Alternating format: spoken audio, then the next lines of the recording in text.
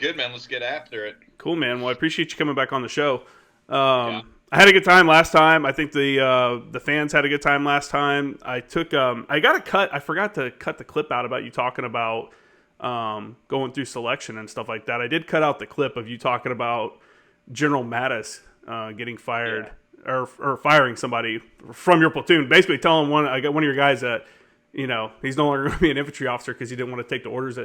That's pretty wild, man. That stuff like that happened and everything. But so, anyways, last time we got into a lot of stuff. If people haven't heard that one, they can go back and check it out. It was like episode 123, I believe. And we ended up where you were at MARSOC and just kind of figuring out what was going on with the future. And MARSOC, again, we had spoken before. When you were there, you were one of the early guys, right? I would say kind of early. I don't know, probably like when I take selection, like 2 years into its existence, kind of a time frame. Okay. So, but even then, I mean, from a couple years in, I know you said you were one of the, like only a handful of classes into the selection. yeah. I imagine that the selection process has shifted some, or like even the training that you saw during your time at MARSOC or at Raider Battalion. What do you prefer it to be called, MARSOC or Raider Battalion? First off, I just call it Raiders okay. now again. Yeah, I just wanted like that way because I bounce back and forth all the time. So when you were at Raiders, like I'm sure you saw kind of just a shift in training, right? Did it evolve as you were there, or did it kind of seem like they already had it down and you guys kept that same flow the entire time? Yeah, it was kind of interesting, because they were just moving the task organization around so much. I didn't like, again, these were kind of rumor mills. I mean, it was like we were trying to kind of do our own thing as Marines, and there were already a couple models out there with what the SEALs were doing or the SF community was doing. Mm-hmm. And, we were trying to, we had MSOAG, and then we turned that into third MSOB and all that stuff. And so I don't know if the training was really kind of set the way you would look at, say, like School of Infantry East and School of Infantry West. They are teaching the same exact period of instructions. And really, I think with the emergence of the individual training course, where getting guys coming from selection, didn't matter where you came from, you're all going through the same kind of cookie cutter individual training course for 6 months. I think once that kind of probably had a couple of cycles, you really started seeing a difference of things being a little bit more uniformed. And really in the beginning, I mean, I'll be biased. Probably first Raider Battalion was probably the more kinetic battalion just due to where it was located in the Helmand province. And you had a lot of interesting TTPs that were kind of emerging from people during their workups. And I think once some of the guys from 1st Battalion, and much to a lot of their chagrin, they just didn't want to leave California. Yeah. But when they got orders over to the Marine Special Operations Schoolhouse, you really saw a difference in the type of new raiders that were coming out of that, especially with their shooting abilities. Yeah. I mean, guys would come up and show up for when we're doing more of our weapons and tactics, which includes our CQB package, and you would just see the guys coming out of ITC right there just with the regular, guys who've had multiple deployments as Raiders. So that's when I really started seeing things were getting a little bit more uniformed, and everyone was kind of doing the same, more or less, tactics, techniques, and procedures, and everyone was kind of talking on the same sheet, which is great. Because then you started having guys, as we started growing up, guys were moving to 2nd Battalion or moving to 3rd Battalion or going to 1st Battalion. And it really was interchangeable. And then, I think with the more kind of focusing on, all right, let's start putting each of these battalions more region specific once Afghanistan started calming down. I think you started seeing some increased abilities with languages and things like that, where people could spend a little bit more time kind of becoming like that area duty expert and being able to go out and do billets with their respective Special Operations Command, with their Theater Special Operations Command posts. So, you send guys out to Special Operations Command Pacific or Special Operations Command Africa or SOCCENT. And these individuals really became kind of like the duty experts of that region, which in particular, you can't have a jack of all trades at some of that parts because just different regions of the world are different. Mm-hmm. But you really I think you start seeing that kind of come to more fruition. And, I talk to guys, there's not many guys that I was with who are still in, but a lot of them have said, you're just seeing the training evolve and you're really seeing guys. There might have been kind of a lull from what I understood in terms of when Afghanistan kind of started turning down. And then it seemed to pick up where, a good buddy of mine, Brian Jacklin, who retired as a Master Sergeant, Navy Cross recipient. Oh, wow. Yeah, he was a company operations officer, and he was telling me, just how good the unit was looking. He's like, listen, my guys, they look like 2012, Helmand guys. He's like, I would take them anywhere in the world. So it was really good to hear. And it should be. I mean, they should be outpacing what the guys were doing in 2011 in 2021. I mean, we should be getting better and more evolved. I think the one downside is, and it's kind of an oxymoron, I think a lot of guys, they get into the Raiders to go do the highly kinetic operations, and they're just not really happening as they once were. Mm-hmm. Things in the Middle East, and with Iraq and everything still a little bit hot there, but not like it once was. And I think that's one of the problems we're having with retainment is guys kind of go in there for 4 years and they do a deployment to Guam and go do a couple J sets or PAT missions or whatever they may be, and it's just kind of things where they're like, that just wasn't really, what I signed up for. Yeah. So your guys are getting that. They set up like a base level of training, and everyone's getting that really, all the basic skills that you're going to need to be successful as a Raider. And then they're going down to their companies and getting that company level TTPs and stuff. Is that what you're saying? And do you think there's a lot of difference between the TTPs between how the different companies operate? I don't really think as much, trying to think. I mean, when we were going through what we had to do, it was kind of simple. I mean, you had 2 battalions, 1st and 2nd Battalion were married to Afghanistan. Mm-hmm. So really 1st Battalion was running in Helmand, and then 2nd Battalion was in Herat and Farah provinces. And, what we would do at the end of the day, we had a final exercise called a Raven, which was, we'd go out, we'd do team training. I'll take a step back. We'd start off weapons and tactics, and that was the whole company together. For me, for example, at Camp Pendleton, we're going through our shooting packages, we're getting everything like that, and that's the entire company going through. Mm-hmm.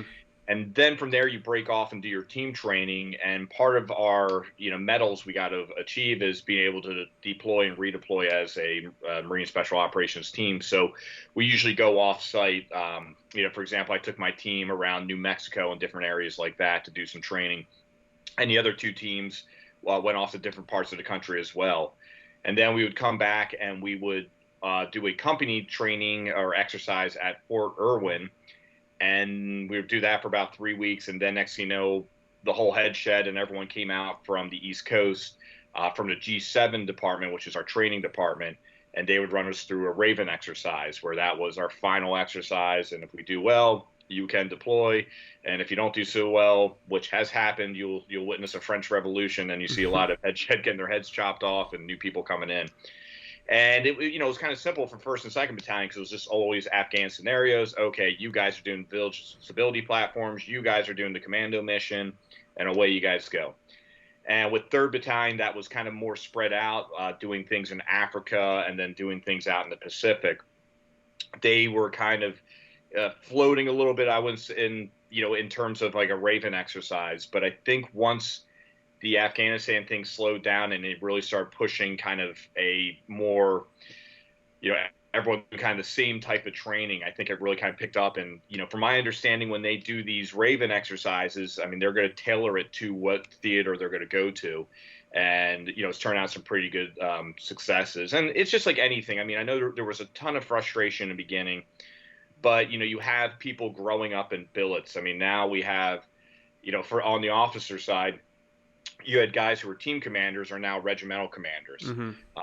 You got guys who were, just slack guys in a team, and now they're up in, as a master sergeant.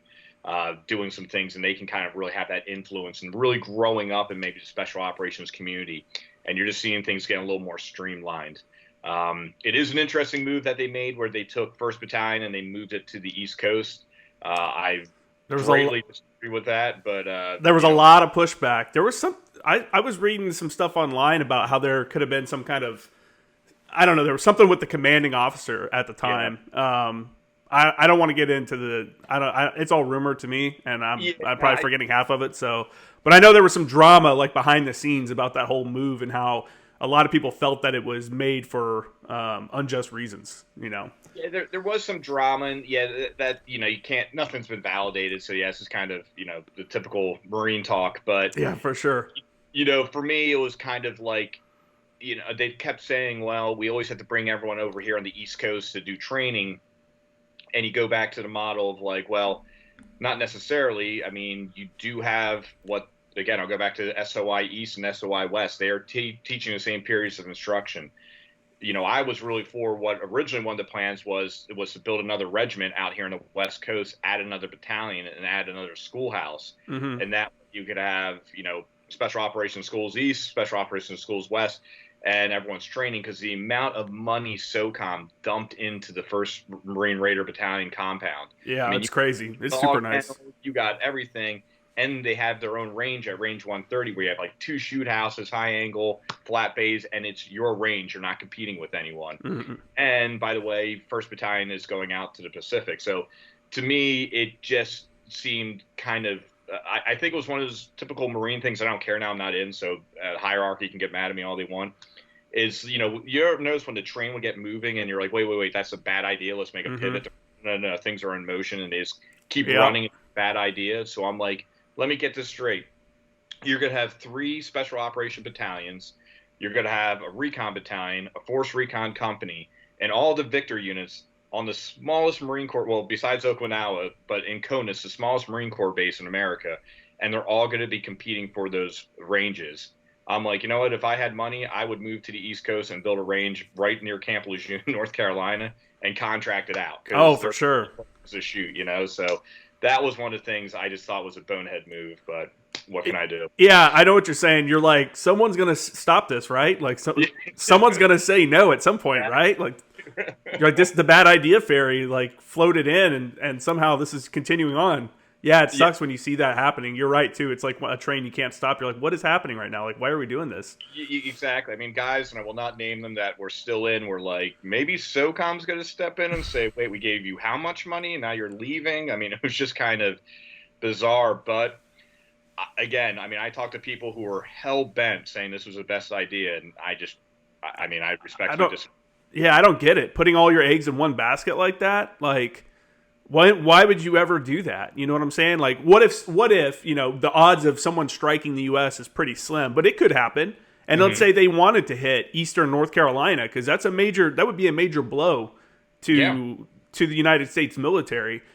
Why would you have all your special operations guys in one area like that? That's crazy. Like, the Army doesn't do that. They're all over the place. They're all over the place. And again, it's like, you got region specific, and, there's certain units that other SOCOM units are out here in California. They focus on the Pacific, and you can't really do any cross training with them. I mean, and you're going to have to leave behind elements in Pendleton, because you're going to have MARSOC units flying into Pendleton to do training. So, like I said, the best way I just looked at it was that train that made no sense, that no one wanted to put the brakes on. Yeah. Follow the money. That's what I would say. Follow the money. Where's the money going?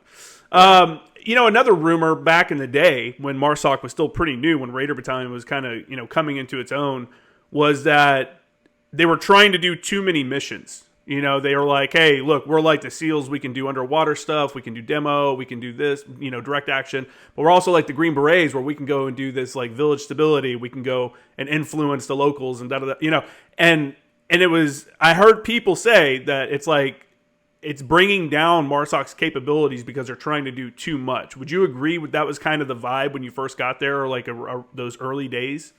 Yeah, absolutely. I think that's a really good way of putting it. Really, again, first and second were dialed into Afghanistan. Mm-hmm. So, and they were doing that for a long time. And that was really kind of, in the way I looked at it, was kind of the Raiders or MARSOC's buy-in to SOCOM was, all right, we're going to put 2 of our 3 battalions dedicated to one region in the world in Afghanistan. And obviously in Helmand was a complete nightmare. So that was just, really one like, okay, if you want it, you got it type of thing. And I think 3rd Battalion had to load a lot of weight on its back where I think the training was never really happening really at team levels and up through, definitely not the companies. I mean, really, you just had teams kind of getting thrown all around the place wherever things were needed. I mean, you had teams from 3rd Battalion that were in Africa. You had teams in the Pacific. You had teams doing things in different regions, like in the CENTCOM area in different countries in there in Asia. And they really were coming back and doing team train or doing individual training and then sending back out. And I think that hurt capability-wise. And it wasn't until I think things kind of slowed down and they made things a little more regionally specific. And you started having guys from 1st and 2nd and 3rd kind of cross-pollinate into different battalions that I think the training started to come back up. But I think you're definitely right. I think we were trying to just shotgun blast all around, make a big splash, and not really seeing what was happening to the individual teams. I mean, I saw one team that was training for Africa, and within 3 weeks, they were told to go into Southeast Asia, and they never did anything in the jungle. They had no idea. I mean, so dude, those are things where you're kind of scratching your head. But again, like everything gets better with time. You got people growing up who are units who are like, hey, hold on, you're like, I had to live that nightmare, so let's not have any more relive it. So, I think things have slowed down a little bit, but and honestly too. I don't know if you heard another kind of rumor, but I mean, this was very much on the table, is in terms of what happened with Fox Company. Even though people all kind of went to bat for them at the team level and probably company level, it really seemed like there was a commander from a different service that was just not thrilled the Marines were in SOCOM, and he was making it kind of personal. And those guys were ran through the ringer, and they just finally were acquitted a couple years ago. Yep. But they were trying to knock MARSOC out of SOCOM. And if it wasn't for General Paul Lefevre, who came in, I don't know if MARSOC would have survived. So there was really some touch and go moments there. Yeah, that was pretty crazy. I remember when that happened, and it was all over the news. And, it's one of those things where, unfortunately, the original story that gets put out, if it's false, people still run with it because it's the first thing they hear. It sounds plausible. Of course, why wouldn't the Marines do that? They're a bunch of trained killers, And then, man, to me, it'd be tough to be proud of being in the Marine Corps if I was one of those dudes that had gone through that, being like mistreated, kicked down the road, just beat up along the way, told that you're a killer and all this stuff when you did nothing wrong. Like in the end, obviously we found out we did nothing wrong, and I don't know, man. Good on them for some of them were still. I think Major Fred Galvin, he came on the show. He was actually one of my guests. Yeah. He was trying to come back in the Marine Corps after the whole thing. It's obviously I don't think that happened, but it's just after that I don't know if I'd want to. I mean, maybe that's the kind of person you do want though, that's gone through that ordeal, so they could be like, hey, look, let's step back and look at all the facts, before we. Yeah. We're living in a world now, man, where facts don't matter. What's the fucking what's the story? This is the storyline we're going by. Okay, we're running with that. No matter what happens, we're just going to be blind to all the other facts that come out. It's funny, kind of. You talk about remember something. What was it? It was in Trump's first couple of months as president, and I remember he was trying to get everything done really fast, business guy. And Mitch McConnell's listen, these things take time. We kind of have to warm people up, and you just don't go in there like a bull in a china shop. And he got annoyed, so he brought Chuck Schumer and Nancy Pelosi in, hey, I'll deal with you guys, and if you guys can make things happen.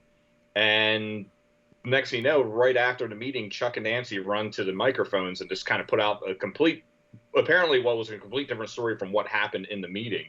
And Trump was caught off guard. He was like, wait, I thought we had actually a pretty good meeting talking through some things.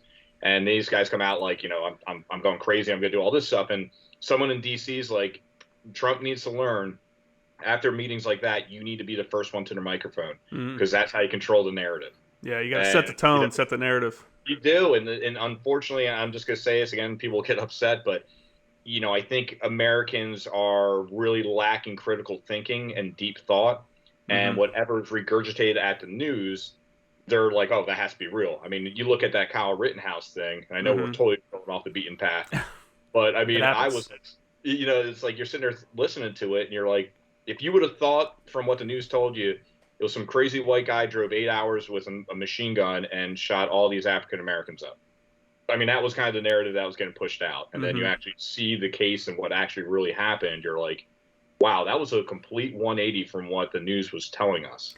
And that's the scary thing. Well, the scary thing is the people that even after the facts come out, even after the videos come out and you see everything, they still will be like, nope, he shouldn't have been there. That's his fault. And it's like, well, neither should the other guys. But, like, of course none of them should have been there. But at least one of them was there, that's documented him helping out his community or trying to and stuff. And let me put it out there. I would never take my 17-year-old kid to a riot and be like, hey, man, let's go clean up this building. If my buddy owned a business and he's like, hey, man, can you help me like reinforce or defend my business?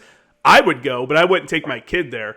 Absolutely. But in that situation, though, he still had his right to defend himself. It's all, the whole thing's fucked up. And I saw something where he said he's gonna have to he's gonna change his name and grow a beard and basically kind of change his identity because of all of it. Right now, I saw him I think he's been doing circuit, of people, of podcasts and stuff like that. Unfortunately, he's probably going to become another tool of pundits, to bring on and be like, bash the other side. But yeah, the whole thing's fucked up. The news is, we talked about it last time. I was on ship when the Macon Island sent in the task force guys into Yemen, and one of the SEAL operators was killed. Yep. And I was on ship, and when you watch AFN, they have a news channel, but you don't get to choose. AFN rotates through different news channels, so I was always watching Rachel Maddow and shit like that. Yeah. And I remember watching her report just false shit that was not even. I was the watch officer. I'm sitting here with everybody, the decision makers, the commander that's giving them the green light and all that. And I'm watching her report something that's not even what's happening just to fucking score points against Trump. And I'm like, dude. I think Trump's an asshole, you know what I'm saying? I think he's a loudmouth and stuff like that, but you're fucking beat him up for stuff he does wrong. You know what I'm saying? Don't just make shit up. I don't know. I'm with you. It's a sad state of affairs that unfortunately we're in, but to me, it kind of seems like we hit a tipping point where things went so berserk where everyone's walking on eggshells, like how you could talk to another human being. Mm-hmm. And I think it hit a tipping point where you had people like Bill Maher come out and be like, this is getting ridiculous. And yeah, I've watched more Bill Maher than I ever have. Me too. I'm like, this guy's a voice of reason. And you got Dave Chappelle, screw it. I'm speaking my mind and that's it. And I think you're starting to see a lot of people start pushing back now and hold on. No, we're not all evil. We're not all racist. We're not all this. I mean, I love Charles Barkley. Obviously a Philly guy. And I mean, Barkley, he lives in Philadelphia half of the year. And he was telling a story they're like, why are you so candid and how you are? You don't care what you say. And he goes, well, he's like, to be honest with you, he's like, it was my second year in the NBA. I'm becoming, a star. He's kind of humble about saying it. He's like, but I'm getting a lot of press. And he's like, so I talked to Dr. J and I'm like, how do you handle the media? He's like, well, Charles, you can do one of two things. He's like, you can try to make everyone happy with your remarks, and you'll probably make 50% of the people happy and 50% hate you, and you're going to have to live with that. Or you can just speak your mind and not care what people think. And he's like, so I chose the latter. And, when all this race stuff and everything, that was just kind of the media trying to push and divide the country and get everyone mad at each other.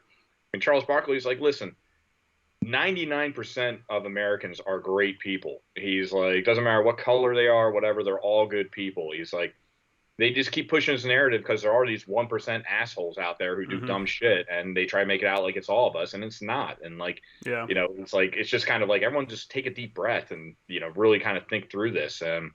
But unfortunately, the media, it's one of their slogans: if it doesn't bleed, it won't lead. Yeah, man. They love the drama. Gotta have the drama. That's how you sell papers. But you know what? You're right. People are realizing it. Independent journalism, independent media is becoming way more popular because people look at networks like MSNBC, looking at some of the talking heads on Fox in the evening time. Yeah. I'll watch some Fox shows like Brett Baer or something like that, because I'm like, that's an actual news show. I don't get into the evening shows, the Tucker Carlson stuff, because he's just like Rachel Maddow. They're the same people on both sides. You know what I'm saying? They're just from their opinions, basically. yeah. And they're unfortunately what they both do, and what people need to stop doing is giving the fringe elements like media. That's why we're listening to the fringe elements, or we're portraying fringe elements as being the voice of the entire side of the left or the right. You know what I'm saying? Like, not every Republican is a Q conspiracy person. Not every liberal or a Democrat is a like hardcore crazy liberal that's like Antifa, like wanting to tear the system down. It's just, I don't know. People are coming around, man, and I don't know. Podcasts are really helping out. I think just people talking, people stopping being afraid of like speaking up and going, you know what, this is bullshit. Like, I'm not. So when I got out, I was wondering how it would be, like, how am I going to deal with people? Because in the Marines, it's a different world. You can't say what you want all the time or anything like that, but you can be more open, especially with your cohort, you're the people of your same rank and stuff like that. You can be like, fuck you suck because you're lazy and blah, blah, blah, blah, blah. Well, obviously that doesn't fly in the real world. So I was like, man, I wonder what it's going to be like. So I remember going to school and I joined the school paper. And we were going around asking somebody, me and this girl were going around asking people like, have you ever had a near-death experience? What was it? And I remember we walked up to this girl and we're like, hey, have you ever had a near-death experience? And do you want to talk about it? Like, we're doing a thing for the paper. And this guy next to me is like, excuse me, you should say, what is it? You should say, what do they always say? God damn it. Now I'm blanking it now. You should say, basically giving you an alert that this could be a bad question for you. It could set you off or whatever. Yeah. What's that? Like a trigger? Yeah. You should say trigger warning. He's like, you should say trigger warning before you ask that. And I'm like, what? Like, why? And he's like, well, that could be something that really brings up bad memories. I'm like, yeah, but what's the difference between me asking it and me saying trigger warning beforehand? She doesn't know what I'm about to ask her. Like, I could have asked her anything. It literally has no impact on it. Yeah. And this dude is literally starting to have an argument. This girl who's like probably a freshman or sophomore at, the community college is like, hey dude, come with me. Let's like, not get into this. And I'm like, whatever, dude, like First Amendment, we're with the school paper. I'm going to ask a question. Like that's the kind of stuff you have to deal with out here. I don't know, man. Yeah. Yeah. It's crazy. I mean, kind of to your point, like when I went to Villanova and I was, a communications major with a focus on media, and we had to, like my whole perceptions of the media changed during the time because I had to read a book called Bias by Bernard Goldberg. Mm-hmm. And he, like, the opening chapter just kind of captures you. And him and Dan Rather were like best friends. He's like, to the point, I was his producer. Dan was like godfather of one of my kids, and we were really tight. But he's like, I really felt like he used the evening news to manipulate. It might have been like the New York City mayoral race or something where he was injecting his own thoughts. And he's like, that's not what we should do as journalists. Like, we are more here to produce the tools and let people build what they want out of it, make up their own opinion. And so he wrote a column for either New York Times or New York Post. And he says in a story how he goes in, he pours a drink with Dan in his office. And he's like, listen, there's got to be a story I wrote. It's not going to be really all inspiring for you. You're probably going to get a little fired up at me, but I just kind of had to speak my mind on where I think the media is going. And he's like, oh, Bernie, we've been friends years before, and we'll be friends years long after. And he's like, and he's saying this as I'm staring at a picture of him holding my kid on his desk. And he's like, after that article came out, he's like, we've never spoken ever since.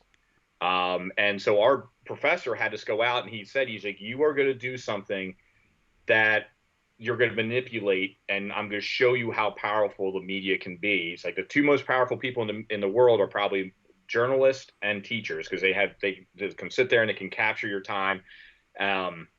So I did this thing about a crosswalk where you had to go across the main line, and it was just like a typical, like, hey, push the button, wait for a little walk eye, and you walk across, right? Mm-hmm. And you would think by the time I was done this thing, it was like you were, putting your life on the line every time you're trying to walk to Villanova. I mean, I was stopping students, I was talking to them, I'm saying, well, yeah, what about this? What about like a crosswalk? And basically I had people saying like, yeah, I feel really scared going across the street. Maybe they built a elevated crosswalk and all this stuff. And it was all bullshit.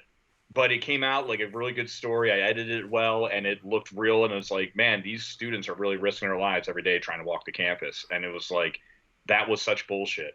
And that's why I always kind of started looking at the news in a different way of like, Yeah. are they really just painting out the facts, or are they kind of manipulating? And to your point, guys like Brett Baer or Michael Smirkanish, they just kind of say it. And if you don't know what political party they're affiliated with, that's a win, Yeah. because that's not their job. They're there to just provide us the tools and let us build what we want with it. Yeah, for sure. I like, I'm a real big fan of Joe Rogan's podcast for the simple fact that he has so many different people come on, so many different perspectives come on and talk about, he may not agree with them and stuff like that, but he has them come on, and I think it's really interesting. And so many people just like, we're living in this world where if you don't toe the party line, then you're shunned from the media. You know what I'm saying? From the legacy media and stuff like that. They don't want to hear your opinion. They don't want to hear anything about you.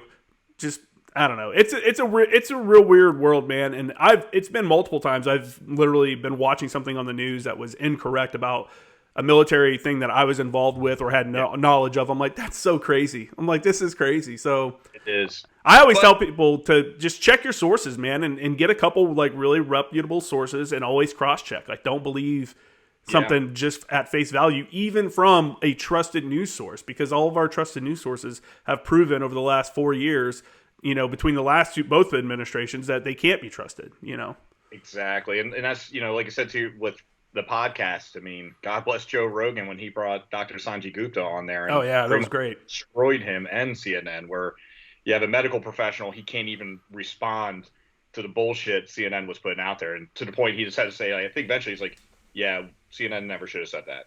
I mean, it was just like, wow, so, hopefully that you're right. I think the independent kind of way and kind of those independent views and people doing their own research, it will open your eyes to a lot of things. The unfortunate thing, too, is that there's so much news out there that just doesn't get covered because it's not a political thing. You know what I'm saying? BK, I don't know if you know who BK Actual on Instagram. He has a news show that he puts out every week, and it's really good because he spends 2.5 hours and goes through all these different topics. He's a former Air Force PJ. And so he goes through and spends 2.5 hours and covers like news all over the world and stuff. It's, sources like that is what we need because there's just so much stuff happening. People in America think that they're so oppressed and everything's so bad and stuff. It's like, dude, you gotta take the blinders off, man, and take a look into some of these other countries. That is so the truth. Like I tell people, I mean, some of the places I've been, and it's like, or where you've been, it's like, we don't go to like the resorts at Cabo or stuff like that. Where like, have you ever been out of the country? Like, yeah, man, I went down to like, Cabo, and it was, like, I don't know, the shower was cold one day. I mean, that's like a tragedy to them. You go to these places, I was telling them, like, the worst place I've ever been in my life was North and West Africa.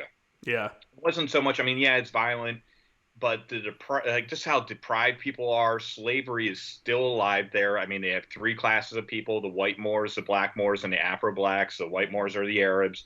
The black Moors are kind of the higher standing African class, I guess. And then you have the Afro blacks who are just straight up put into the fields and are just subhuman to them. Really? And yeah, you just kind of look at that and there's this, I was having a beer.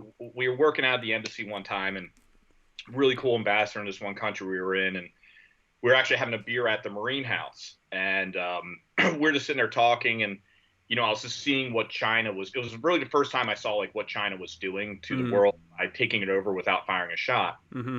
And they literally, you're just seeing, I think, over to Nigeria or something like that, where they're taking over in an airport. Yeah, I was gonna say that. I was gonna mention that. And so the same thing was happening in this place where I was in West Africa, where they'll roll in and they'll be like, okay, your GDP is, I don't know, 400 million or something. I don't like, let's just make up a fake number. It's like, fine, here, we'll give you an $800 million loan, knowing full well they'll never be able to pay it back. And they're like, hey, no worries, we're just going to take that naval port from you. And they'll come in, they'll build a road to nowhere and bank a soccer stadium, all with their own material and own people. So they're just destroying their economy while they're at it. Mm-hmm. Then they start taking over these key infrastructures from them. And I was like, wow. And, you just kind of, this one ambassador, I mean, I'll never forget, we're just having a beer. We're just kind of looking out at nowhere. And he goes, I just think we're bothering them.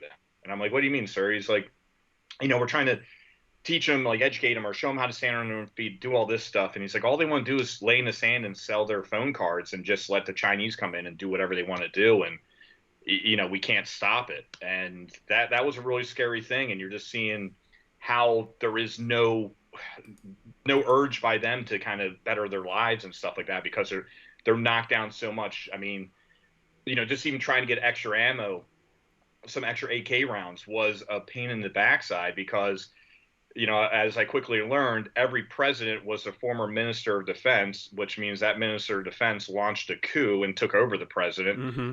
So they all understand I better know where every single round of ammunition is in this country because someone might try to take it over. And then once that happens, we got to start backing off and we can't go on with the mission. We got to do human rights vetting and see what happens.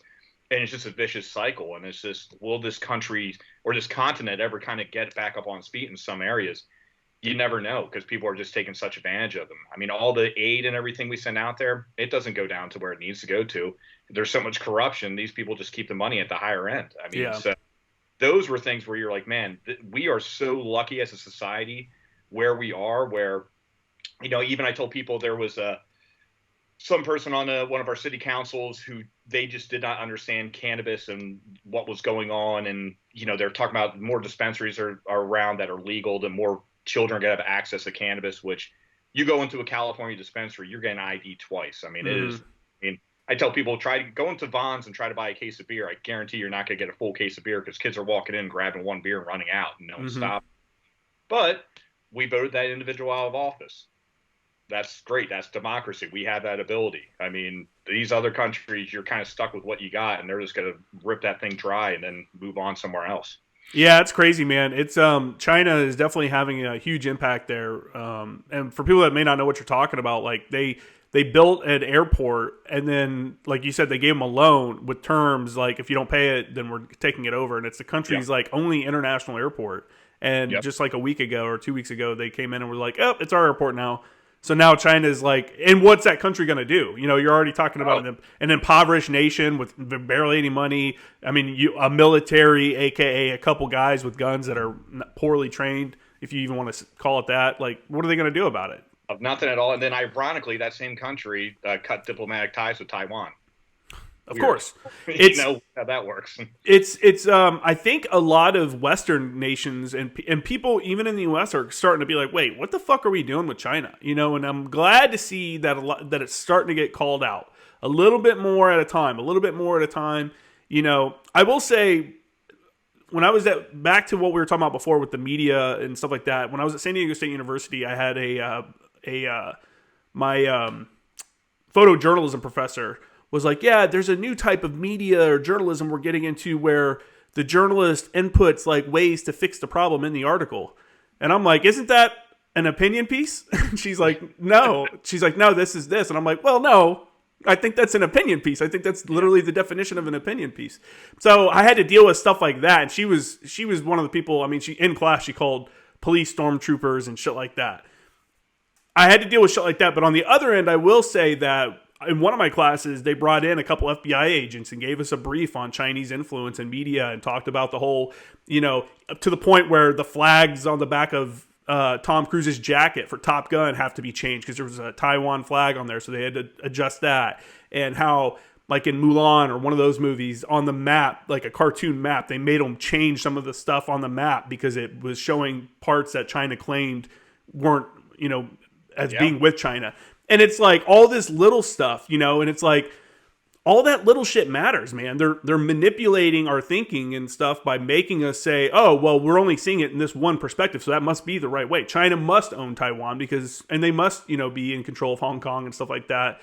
Yeah. Because that's just the way it always has been. It's like, I don't know, man. It's crazy, but I'm glad to see it's getting called out and stuff for sure. It is. And I think what helped was, I mean, one, I think Donald Trump had a very, very solid foreign policy plan. I mean, just things you saw happen in the Middle East that we never thought we would see, where basically said, hey, Palestine, get on board or not, but we're going to make friends with the Israelis and other Arab nations. And it started to happen. And then the way he started treating business with China. I mean, you had, Bob Gates, who worked for both Republican and Democratic administrations, but then you also had Leon Panetta come out and he's like, Donald Trump really showed us the way of how we need to start treating China with businesses. Where you kind of have, I mean, like, I don't know if people remember this on election night, but when Trump won Florida and it looked pretty much like he had a clear path to winning the presidency again, the yen started dropping in value. Oh, really? Oh, yeah. I mean, it just started plummeting because of all the tariffs and everything he was putting on them. He was crushing them. and they knew they couldn't mess with him. I mean, obviously, I thought was one of the most, it was an appropriate reaction, but it was kind of very timely, where he's having dinner with President Z, and he basically goes back and he comes back and sits at a table, and we just bombed Syria after they gassed all their civilians, and he just said, this is what we did. Do you understand why we did that? And he goes, I understand. It was great. Let's have some dessert. Well, President Z probably looked at Trump saying, I got a guy in the Oval Office who will pull a trigger. I mean, obviously, we saw what he did in Afghanistan on that Taliban training site where he dropped a Moab and he ripped off half a mountaintop. I mean, that pretty much scared That was everybody. pretty wild, yeah. Yeah, I mean, that sends shockwaves. Or when you killed General Suleiman in Iran, a guy I thought who was untouchable. He was in Iraq not selling Girl Scout cookies. He was there doing some bad things, and we know he has American blood on his hand. Those things like that were really, I think, putting people like China and Iran on their heels. And that's why I'm a little skeptical of this administration, where I think they are kind of kowtowing a little bit to China. I thought Biden could have went a little harder on him about what happened with the coronavirus. He didn't. Even this past Friday, people probably didn't see this in the media, but I read it the other day, and they had a democracy conference or something like that. And they had the Taiwanese foreign minister on there, and he basically had Taiwan listed as green as free Taiwan. And within about 5 minutes of his presentation, they cut the feed, and they said, "Oh, it was a mistake. Something happened." Yeah. No one's buying. I mean, they're like, "Oh, we don't want to upset China." I mean, just even when they had the Olympics, and we put up a screenshot of China when they were walking out into the Olympic Stadium, and it didn't have Taiwan marked as China. China freaked out on NBC, and NBC kind of said sorry. I mean, it's just, I don't get it, but it's all about, I guess you're right. It's the money, man. It's the money. You're talking about a market with over 1 billion people in it. The NBA makes so much money in China. That's why they're all about China. The media, Hollywood makes so much money in China. Like, they love American movies and stuff like that. So it's so much money, and they don't want to cut off that spigot of cash that they're getting. It's too bad, dude. It's too bad. And I, like I said, I think people are starting to realize, I think through legacy media outlets being shown to be, untruthful or showing half-truths and stuff like that, and people kind of leaning towards more independent journalism. And don't get me wrong, if you're listening to this, you need to fact-check your independent journalists too. Some of these people have their own agenda or their own bias. I prefer someone that is honest, like, hey, man, I'm a more conservative person, and that's how their reporting is. Or I'm a liberal person, and that's how my reporting is. Because at least then I know what lens you're looking at it from and what lens I should kind of examine it from. Like, okay, well, I want to see it from the other side. So, that's just one of those things. Yeah. Yeah, absolutely. 100% correct. Man, so we got through the media for a little bit. Let's back to, you served with Recon Battalion and you served over at Raiders. You talked about running recon missions on your second deployment to Iraq when you were with Recon Battalion. Were you guys doing anything like that in Afghanistan? Or actually, let's start with this. Can you since you served in both, can you kind of break down the differences? Because I think a lot of people think it's the same thing, just one works with SOCOM and one works with the Marine Corps, and that's not true at all. Can you kind of say what one's for and what the other one's for? Yeah, I mean, really, the big thing is, I would say, the directives that people in SOCOM would get from Congress versus what you get more in conventional forces. And, for a long time, obviously we were not part of SOCOM as Marine Corps. So, Recon and Force Recon were kind of considered the special ops and all that stuff. And they, trust me, they could hang with the SEALs and everyone. I mean, they were fantastic. Sure. But it's just more, I would say, some of the gadgets and some of the things that I can't get into on this that you are allowed to do in SOCOM. But I always kind of laughed where people were like, oh man, we should, at first in the beginning, they were only going to keep the enlisted side over with the Raiders for 5 years, and they're going to rotate back into conventional forces and then come back, which would just been, a really bad idea. And so we won that one where we were able to keep the enlisted in, and then took longer, a year or two after my time that they finally kept the officers in as a closed loop system. But I never forget their one argument was like, well, you guys can come back and show us how you patrol and do all that stuff. And I'm like, listen, if you want to learn how to patrol, go find a scout sniper platoon or a recon platoon. They're going to be a lot better than we are at that, because that's kind of their bread and butter of like the green side, kind of doing those things, snooping and pooping, and just getting really good at that stuff. Where, MARSOC at first we were trying to do everything. And, we were kind of we could do the CQB things, and that was more of our stuff. And then we're kind of learning to build stability platform, which is a little bit differently. But, in terms of what the purpose of those are, I always say everything in the Marine Corps, if you look at the Marine Corps as a universe, the sun would be the infantry. Everything rotates around the infantry as they're supported, including recon and force reconnaissance. And really what recon is pretty much made to do prior to the 2003 Iraq push was they would go out, go behind enemy lines, not be located, be able to paint the picture back to the infantry or the main units kind of coming through and guide them into areas. Sometimes doing sniper missions. Force recon was more kind of getting into more heavy CQB type stuff. But even when, we did start the Marine Raiders and a lot of the force recon guys went over to the SOCOM side, we were looking at making force recon to more of a deep reconnaissance kind of effort to go a little bit further beyond enemy lines. But really, in a nutshell, reconnaissance is there to support the infantry and to just basically paint the picture and guide them on to their targets. What we do in, SOCOM, which is different as Marine Raiders, one, which the Marine Corps wasn't really thrilled about, you probably won't fall under a Marine Command. I mean, you will go and you're going to be under that Theater Special Operations Commander, which would be a 2-star wherever you are in the world. And it just really depends what they need us to do, and we kind of try to gear towards that mission set. So, for example, in Afghanistan, you had things like village stability platforms where guys would get all garbed up, have beards, doing everything to building a well to, building a local police force and doing missions and everything in between, where I was doing a commando mission where we were there to build up capability and capacity with the Afghan commandos and their Afghan special forces. And we would conduct raids on high value individuals or help create more white space, meaning kind of give the VSPs a little breathing room so they could set up another checkpoint or do something while we take on the enemy. Those were our kind of main mission sets. And we were dealing with like assets like the 160th Special Operations Aviation Regiment. If you watch Black Hawk Down, like the Night Stalker pilots, like those were our insert platforms. And you're just kind of dealing with a whole different level of things. And again, certain things I can't get into, but the directive stuff. But those things, I'm not going to say you're doing really national missions, but you're kind of flirting with that level and a higher kind of operational level stuff that you're supporting.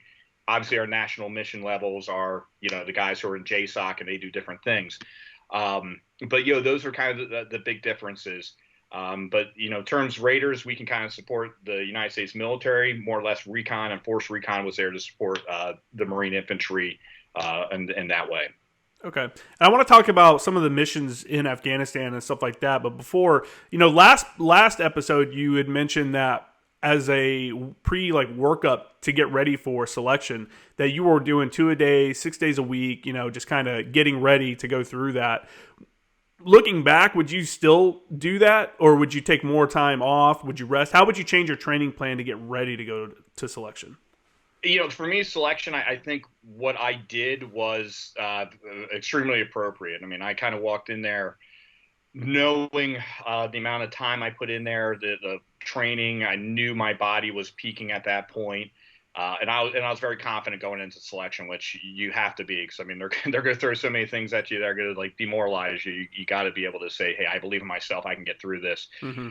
So everything like that was great. It would be a lot different, now being married with kids, because I literally would come home after my second workout, eat some food, maybe take a shot of NyQuil or something, and just go right to bed and make sure my body was getting like a good 8 hours of sleep, and then kind of do it all over again.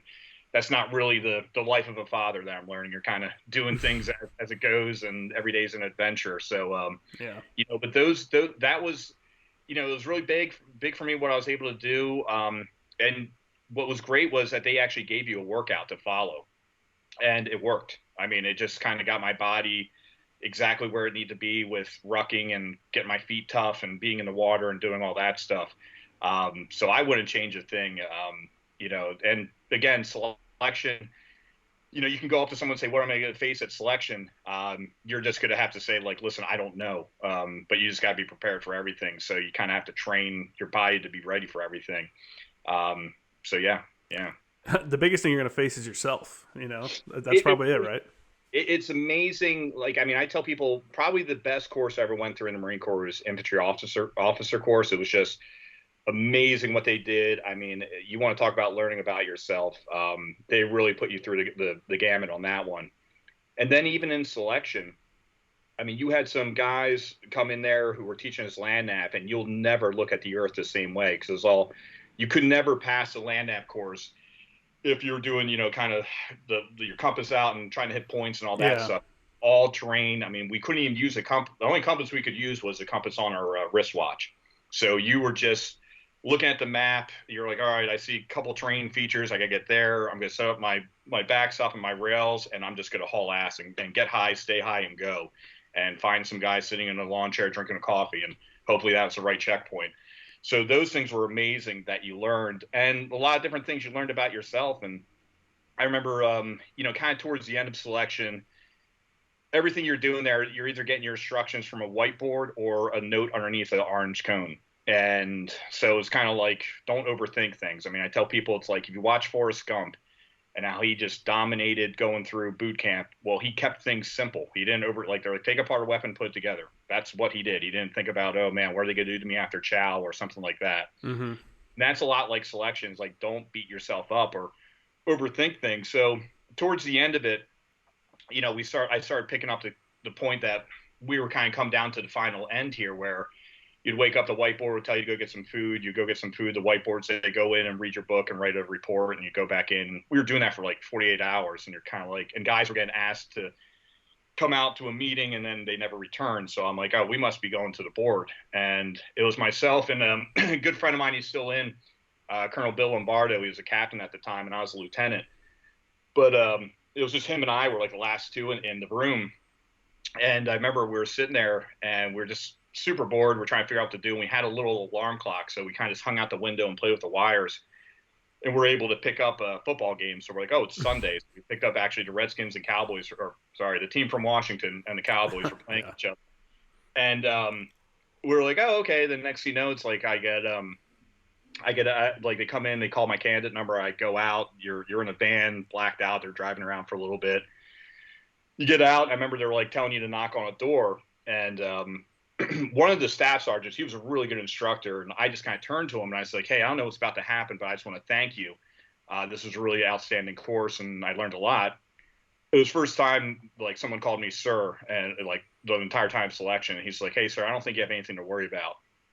I'm like, okay. And I kind of walked in, and a good friend of mine who was a master gunnery sergeant was in the back row. It was like a stadium seating thing, and he just had a big smile on his face and gave me like 2 thumbs up. And I'm like, all right, well, that's a good sign. And they asked me a couple questions. Did my thing. They excused me and turned around. When I walked out, the cadre was there. They're like, sir, turn back around and knock on the door. And I knocked on the door and walked in. Everyone in the room stood at attention. They just said, welcome to Special Operations Command. They come up and shake your hand, and you're like, oh, like ready to freak out. And then at that point, they take me outside and they showed me everything where we were on the base and where to get food and where to hang out. And it was just like a great time. But I totally told myself, I'm like, even if I don't make MARSOC, I learned so much about myself in this course. So the selection course was outstanding, how they put that together. And everything they did in there, they kind of explained how they did it. There was a rhyme and reason for everything. So it kind of, once they pull back the curtain and tell you why they did things, you're like, totally get it. So really well done. Were you like, I mean, that had to have been a massive weight lifted off your shoulder like that. What was that feeling like when they're like, hey, welcome to the club, Yeah, I always tell people, it's like, if you ever saw the movie Major League, where Willie Mays Hayes, and like Tom Berenger's characters, like, listen, some people are going to die today, so if you make the team, don't celebrate in the locker room, all that stuff. And it was like as soon as they told me I made it, I wanted to start jumping up and down and just high-fiving everyone. But I was just like, kind of kept my bearing. And when they let me go outside, and one guy told me where everything was and he walked away, I just started jumping up in the air. And next thing you know, my friend who was a master gunnery sergeant came and jumped on my back because they were breaking for lunch too. And he was just like all fired up. So it felt great. Then you get to make a phone call. So I called my mom, and, she was just like, and my dad was in the background. They were freaking out. So yeah, it just felt like a really good feeling because, I mean, you put so much time and effort into it, and you get to go places where not many people get to go. So it was just a great feeling. And, you're going to get served with some really, top people and all that stuff. So it was just a pretty amazing honor to just be, picked to do it. Yeah, for sure. Were you concerned at all that your buddy was still waiting? Like, were you like, oh shit, I wonder if he's gonna make it? It really at that point everything was like so numb. Like I remember I just like I Mm. got into chow hall and felt like when I turned around he was walking in the door with a big smile on his face, Oh like yeah. hey, So it was just kind of like oh all right, we're just high fiving and there were certain people who didn't make it and it's just kind of like some people you were surprised, some people you weren't surprised, Mm-hmm. and then it was just kind of like just a chill out period because I think we weren't leaving until the next day. So I mean, everyone just sat and ate a ton of food, and we just it was funny turning on the TV and like I think the Phillies made the playoffs, and I'm like, holy hell, they made the playoffs, and they were having a run. So it was definitely a gap in time. You had no idea what was going on in the outside world. Yeah. Yeah, man, that's pretty wild. You've been through IOC, OCS, IOC, Infantry Officers Course. You've gone over to Recon and did work with them. You've gone through the MARSOC selection, different schools and stuff like that. And I'm sure you've seen people quit or tap out and be like, you know what, this isn't for me. Does it surprise you to see people tap out in certain points and be like, man, this is what this was it. This is what got you. Yeah, yeah. I definitely even at selection, I just saw how it could beat people up mentally. Hmm. And I had one guy. I mean, we had to do this night hump, and it was like one of the first things we had to do. And they weighed all your rucks and all that stuff. And again, you're in blacked out vehicles, and they just kind of drop you off. I think it was like midnight we started this thing, and this basically kind of gave you the brief, but you're looking at like an uphill rocky road is like the first thing you got to start, like gravel, all that stuff, and you're like, oh, that's gonna suck. It's just gonna take away a Yeah. lot of energy really quick.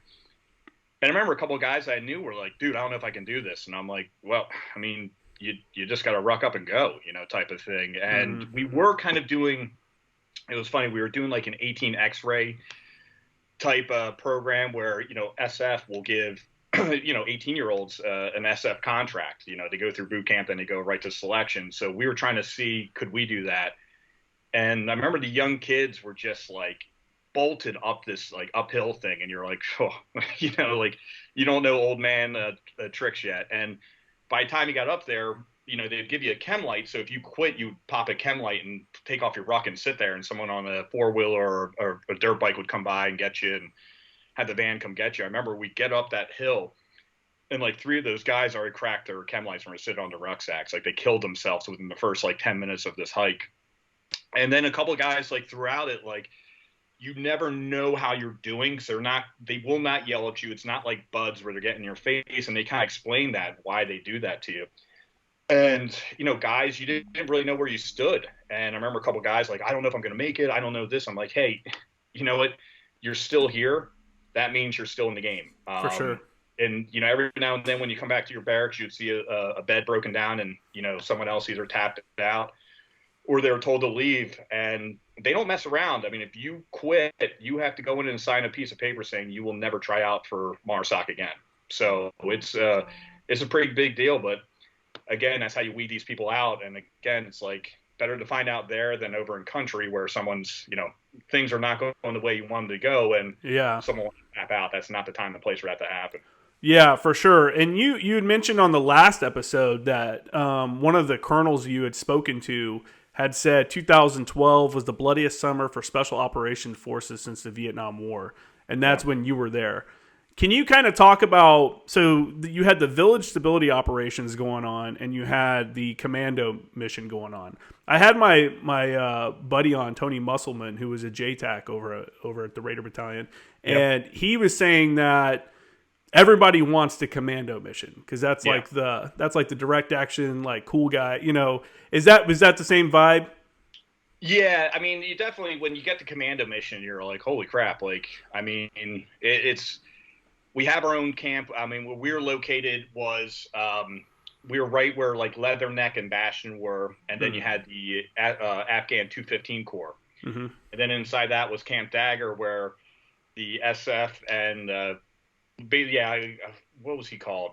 He became, in July 1st, 2012, we kind of integrated both commandos and the special forces into one command. It fell underneath the lieutenant colonel. So it was like the 7th Afghan Special Forces Battalion or whatever. And so we were inside with them. And then inside that, we had Camp Antonik, named after Staff Sergeant Chris Antonik. and that's where we just kind of hung out. But we had a water retainment facility, aka a pool. We had like, every team that went in there left it better for the next team, so everyone was kind of competing. So the living conditions were some of the best I ever had in deployment, but the mission itself they were pretty hellacious. I mean, I told everyone it was kind of like the German U-boat teams. They got all the fresh fruit and all the good stuff, but they had probably the worst missions that you could think of going out there in the Atlantic. So they were highly kinetic missions. We were there during the fighting season, and that happens from May through October. You'll literally see significant events like November 1st, they just drop because they've already gone through, they've harvested the poppy and the heroin, they sold it, and they just all walk back down to Pakistan to wait for the next harvest year. So that was why it was so heavily kinetic. And I really think, commandos, we had a great mission. We fly out in helicopters, we do our things, and we fly back, and we get the hot showers. The guys living in the VSPs, I mean, they're just out there living in the elements in the village for 7 months, and it's rough. I mean, it's like people kind of laugh at how morbid we can get during warfare, but just kind of keep a sense of humor. I remember one of my buddies was telling me he took some water bottles and kept them out in the sun to heat them up, and they had a little area where he could take a bath. And he's in there, he's just like kind of soaked up, and he has these nice warm water bottles. And he's finally kind of getting a warm shower. And next thing you know, a gunfight breaks out at the VSP, and he's like, "Screw it, man! They're going to shoot me. I'm getting my bath." He was just like so tired of being dirty. He's like, "The bullets don't even bother me anymore." Yeah. So that even shows you how bad it could be. But yeah, your friend's exactly right. Everyone wanted that commando mission. Is it one of those things that you get what you ask for? You're like, "Oh shit, I want to go do this mission." And then you get there, and you're like, "Man." Whew, like after a little bit, you're like, man, this is tough. Like this is because let's kind of, the Ranger Battalion has like a similar mission. That's kind of, it sounds like that mission was similar to what the Ranger Battalion was doing in Afghanistan, where you're just on constant raids, using current intel to feed the next raid, and you may go pull intel from a raid and then not even come back, go to the next spot and hit that spot. Was that kind of the same vibe that you guys were doing? And two, Rangers only go for like 3 months, I think, or maybe 4 months because of the tempo. You guys were still doing a full 7-month deployment, right? And with that same style tempo? Yeah, no, I think it's a great way of putting it, because I always explain to people, they're like, what were the commandos like? I'm like, they're essentially like Army Rangers. The way I mean, they're not as highly trained as a United States Army Ranger, but they weren't there to kiss babies and shake hands. I mean, they were there to smash. When we were taking them into a raid, I mean, it wasn't like, well, maybe something's happening there. No, we knew full well what was happening and what we had to do. And, and even with the Afghan SF guys, we trained them like special forces guys. I mean, they were the ones kind of going out there with the build stability platforms and had to do those meetings and then kind of work with people and kind of, not come in there, all geared up, ready to go kick some ass. But yeah, we were there for the full 7 months, keeping that tempo, and it was pretty intense. And you can see the reason why some of the JSOC units, even the 160th and the Army Rangers, they'll do 90-day deployments and they rotate back out. And you kind of can get into the science of it, but really towards that, I mean, that 90 days is kind of pushing it, but that's when complacency will start setting in with human beings, regardless of what the tempo is. And I'm sure you've seen on deployments the way you were like week 3 compared to when you're in the middle of a rip. You're probably, the flakjack's a little bit looser and you're kind of like over the helmet, stuff like that. Yeah. It just kind of sets in. And I think one of my team chief, he said it best. He's like, I remember like we're doing a rip with another team to take our place, and they're all outside in the courtyard, like all their gear on and everything like this. And the team chief, he's like, I just popped out with my gear off, because that's just kind of how we did things in the summer and stuff. And he was like, man, it's probably time for me to go. I'm getting a little complacent here. So yeah, there are things I think people, I would definitely think the Marine Corps should look at in those terms, especially with the special operation units when they're doing missions of that intensity. Could you just do the 90 days and maybe they do 2 deployments in a year type of thing, but you kind of give them that 90-day break to kind of recalibrate a little bit and get back out there. Yeah, man. I mean, that's the amount of stress and like just exhaustion that has to come from being in that kind of element over and over and over again has got to be kind of unreal. You know, it's no surprise that people come back with like issues sleeping or fucking, you know, anything. Not necessarily because it's things they saw, but just a cycle that you've put your body through where you're only sleeping a couple hours, or you're only, you know, you're staying up for way longer than you normally would. And then you know, over and over and over again, then you come back to the States and it's like, I can't just go lay down and go sleep for 8 hours. That's not going to happen. Yeah. You know, so I don't know. It's pretty wild, man. It's, were there any missions of note that you can talk about or want to kind of describe, like, you know, how maybe one of these raids would go down? Yeah. I think one of the more, missions that was kind of like a wow, was definitely one we did in an area called Caligas, and I actually got wounded on that one. But that was, I kind of laugh, like, I say people like, the ugly American, we kind of draw lines on the map and like, well, that's how the world is. And well, maybe the local populace doesn't see it quite the same way we do. But we just did a really big offensive that summer to take this place called Shurike, which was on the western side of the Helmand River, which, it's kind of like the eastern side. Coalition and Afghan forces kind of had good freedom of movement. And the western side was pretty much where the Taliban had a lot of their freedom of movement. So we wanted to go in there and disrupt, and then put in a village stability platform and kind of start building a connecting file from there up and down the western part of the Helmand River to try to lock that all down. So we got the Shurike was like a 10-day mission we were out there for. And then when we came back and we refit, we were going to go a little bit north, and it was supposed to be at a place called like Northern Shurike. So I remember we're flying in and we're coming in under fire. And we started intercepting some of the Taliban traffic, and you kind of even hear them saying, like, why are they here? Like, don't they know this is like our capital type of thing? And you just start thinking at that moment, like, okay, we're earning our stories on this one. So as soon as we get out, I mean, I'll never forget, like, the 160th guys are very confident pilots, and their crew are very good. But I saw the one side gunner who had one of the miniguns. I mean, his knee was popping as we're coming down, kind of like nervous, and I'm like, oh boy. So as a ground force commander, I'm the first one off the helo, and I get off, and we're flying in Chinook, so I get off the back ramp, and I remember I tripped, and like a round came over my head, and the guy in the minigun is just laying down hate into this area.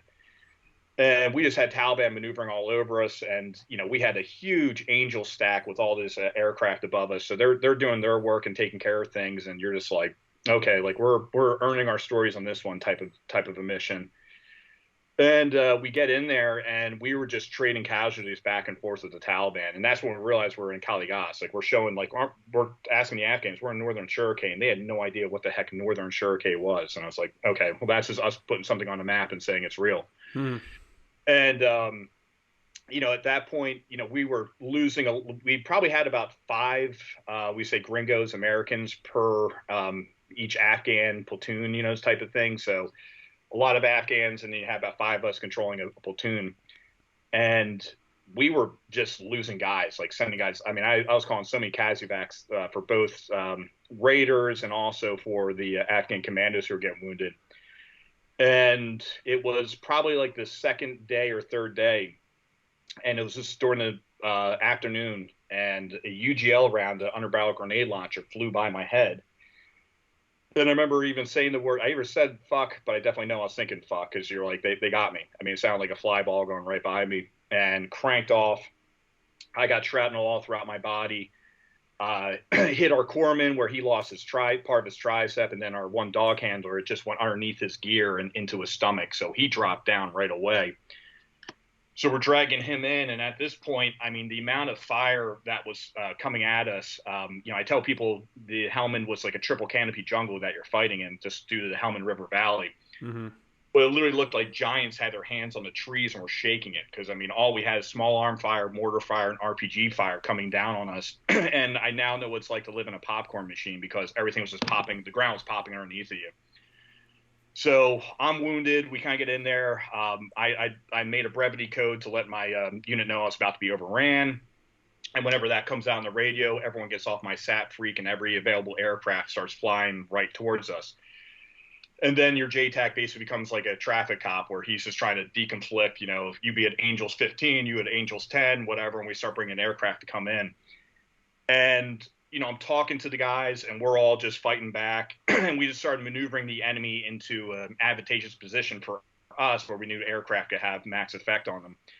And I talked to my two IC, which was my ops chief for our team, and just said, like, hey, Ronnie, listen to what I'm saying. I'm like, I'm shot. I'm like, I'm gonna go as long as I can go on the radio, but you're gonna have to take over after this. And he's like, all right, I got it. And what was great was just how calm everyone was on the radio. I mean, you could barely hear anything, but everyone was just kind of talking on the radio. No one was screaming. It was just our training prior was paying off. So I remember we have like an F-16 pilot coming in, ready to drop a 500-pounder on these guys. And, he's in the pop, and then he's like, hey, wings level. I'm like, finally, we're just going to bingo this guy and get out of here. And he goes, malfunction, meaning basically his weapon's jammed. He couldn't drop. And, he even on the radio, he goes, shit. Like, damn it, man. And we're like, all right, we're like, hey, get out of the stack. We brought in an AC-130 daytime variant recoil from the Air Force and brought them in. You could hear, they knew we were hurting. You could hear their angst in their voice. So we're kind of like, hey, calm down, just focus on what we have. And we just started dropping Griffins all over the place. And you really just started knocking the enemy out. And during that time, I'm calling in a missed report, which basically is let my higher know, that I had 3 wounded, and a missed means mechanism, injury, signs, symptoms, and treatment. And then at the end, you give your battle roster number. So I go through my corpsman's situation at first. I go through my dog handler situation. Now I'm calling in my own CASEVAC, which is kind of a weird reality where you're just kind of looking at your body. You're like, okay, what's happening to me? At this point, one of my element leaders was trying to plug a hole in my leg, and he couldn't. So he just ripped off my tourniquet. He's like, I'm sorry. And he just smacked it on. Boy, when you do those things for real, that is the pain. So so I call it in. And at the end, when you're finished your missed report, you give your battle roster number. So I give Bravo Uniform 0429, and the whole radio gets quiet. And they're like, say again. And I'm like, Bravo Uniform 0429. And they're like, and I'm like, hey, it's me. I'm in this. I'm going to keep going as long as I can, but I need you guys' help. And they were all over it. And then once we kind of destroyed the enemy, I could get our caches out of there. I got myself out of there. I just remember I'm hobbling out with some guys holding on to their arms, and I put my hand on a wall, and the wall collapsed, and like these like Afghan hornets come out and start stinging me. Oh my God. Like, you gotta be kidding me. So then like I hop on the helicopter, and I remember there's like two gringos left with that one platoon that we had. I mean, because we always had 3 positions out there. And they're just kind of giving me a look, and I'm like, hey, it's Ronnie's call. And Ronnie, rightfully so, he basically did a nighttime evacuation just to get everybody out of there because we were out of Schlitz. But, get back we're flying back. I remember the PJ looks at me. He's like, hey, man, you want some? And he holds a little shot up. And I'm like, yeah, I mean, it's about 30 minutes after I've been shot, and the pain's starting to set in.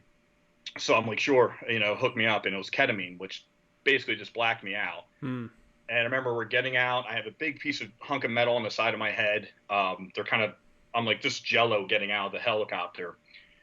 And they pull me in, and they take me in to get a CAT scan. And next thing you know, a British nurse walks in. She goes, I need to talk to Captain Buckley alone.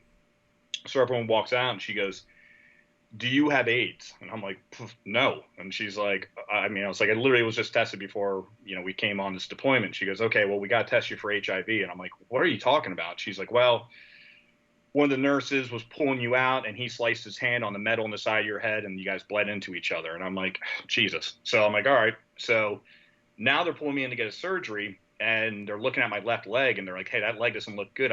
We might have to take it. And now I'm starting to think, okay, I've been shot. I've been stung. I'm getting tested for HIV, and now you might take my left leg. I'm like, listen, you take my left leg. When I wake up, I'm going to beat you to death with it. And they're like, okay, happy trails. And they just kind of gas me. And, next thing I wake up, and, I got all my toes and all my fingers and all that. And, they're pretty much like, hey, you're going to go back home to America, which kind of, I did not really want to do. Mm-hmm. Luckily, my surgeon, he was an Army Ranger. And he's like, hey, what do you want to do? And I'm like, what are my options? He's like, they want to send you home, but you're my patient. If you want to stay, I got you. And I'm like, I'm staying. He goes, yeah, I knew you would say that. And he's like, hey, Captain Buckley's staying. They're like, well, this is Nagus, my patient. He's good. He's going to go back over to Camp Antonik, and we're going to keep going from there. And, they did obviously the initial surgery. They did another surgery 24 hours later. Gave me about a 48-hour break and brought me in for a third surgery, and then that's when they finally closed me up. And, you know, I was back out on missions next week. I didn't miss a single mission. So a lot of great nurses and doctors there kind of got me back on my feet. Damn. And unfortunately, the other two guys had to go home. I mean, one guy losing a tricep, and our dog handler, I mean, he woke up like 2 weeks later, like he went on a time warp. I mean, he just woke up and like one moment he's in Bethesda, in Helmand, then he wakes up, he's in Bethesda, and he's like, what the hell just happened, you know, type of thing. And they had to kind of explain everything to him.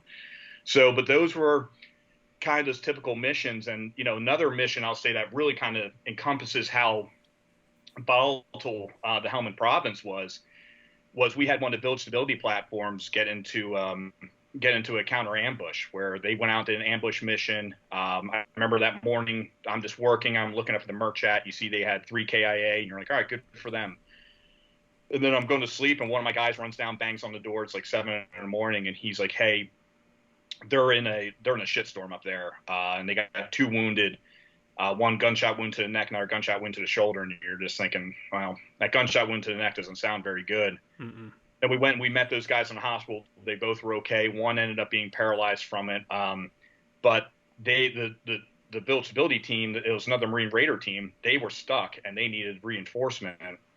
So they, our Special Operation Task Force, which was actually being ran by 1st Raider Battalion, was spinning up my team to go in there and do a QRF. And the powers that be at the 4-star level said, no, if you put Buckley in there, there's civilian casualty. He's going to cover for other Raiders. I mean, this is when the politics come in. Oh, my God. Really? They said that? Yep. And we're like, whoa. So he took a SEAL team from Kandahar. That was a commando team, and brought them in. And on that commando team happened to be now Representative Dan Crenshaw. And what happened was they come in, our Special Operation Task Force, our Master Gunnery Sergeant, was basically trying to brief them, like, this is what you're going to be facing in the Helmand province. And they're like, okay, got it. They get on the ground, and this is where I told you my buddy Bryan was awarded the Navy Cross for his actions, but the sun was about to come up, and these guys, you know, if you know the Helmand, you turn into a pumpkin when the sun comes up. I mean, that is their backyard, and they own it. Mm-hmm.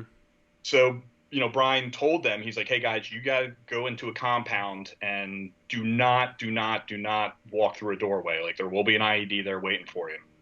And their interpreter stepped on the IED. He, you know, got messed up pretty bad, but all the shrapnel flew back, hit Dan in the face, and he almost lost both eyes, but he lost the one eye in that mission. And I remember his team commander called me up when they got back, and he was pretty pissed off. Kind of like, why weren't you on that? And I'm like, whoa. I'm like, these, not only like, you know, did we want to be in it? Like, these guys are like my drinking buddies. Like, of course we wanted to go out there and help them. And I'd tell him what I heard. And he goes, yeah, I kind of heard that rumor too. And he went, man, is this what you guys face every day in the Helmand? And I'm like, every day. And he goes, holy shit. He's like, that place is just different. And it truly was. That's crazy that was a decision that they wouldn't trust you to do something like that. Like, how did that make you feel? Were you like, what the fuck? Like, why am I even here then? Well, you know, if I ever saw that general, I'd probably spit in his face. And he was a Marine general, to be honest with you.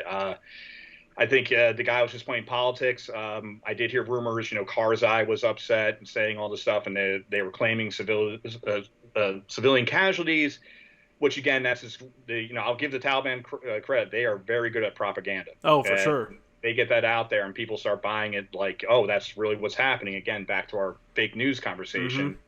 And people hook, line, and sinked it. And, you know, unfortunately, people got hurt that didn't need to be hurt, because we would have approached that a totally different way. One, we had natural rapport with that team that was another sister company or sister team in our company. Mm-hmm. And we understood how the Helmand worked, and we understood how that area worked because we were operating there a lot. So it would have been the tactically correct move to put our team in there versus that SEAL team from Kandahar and kind of spun them up.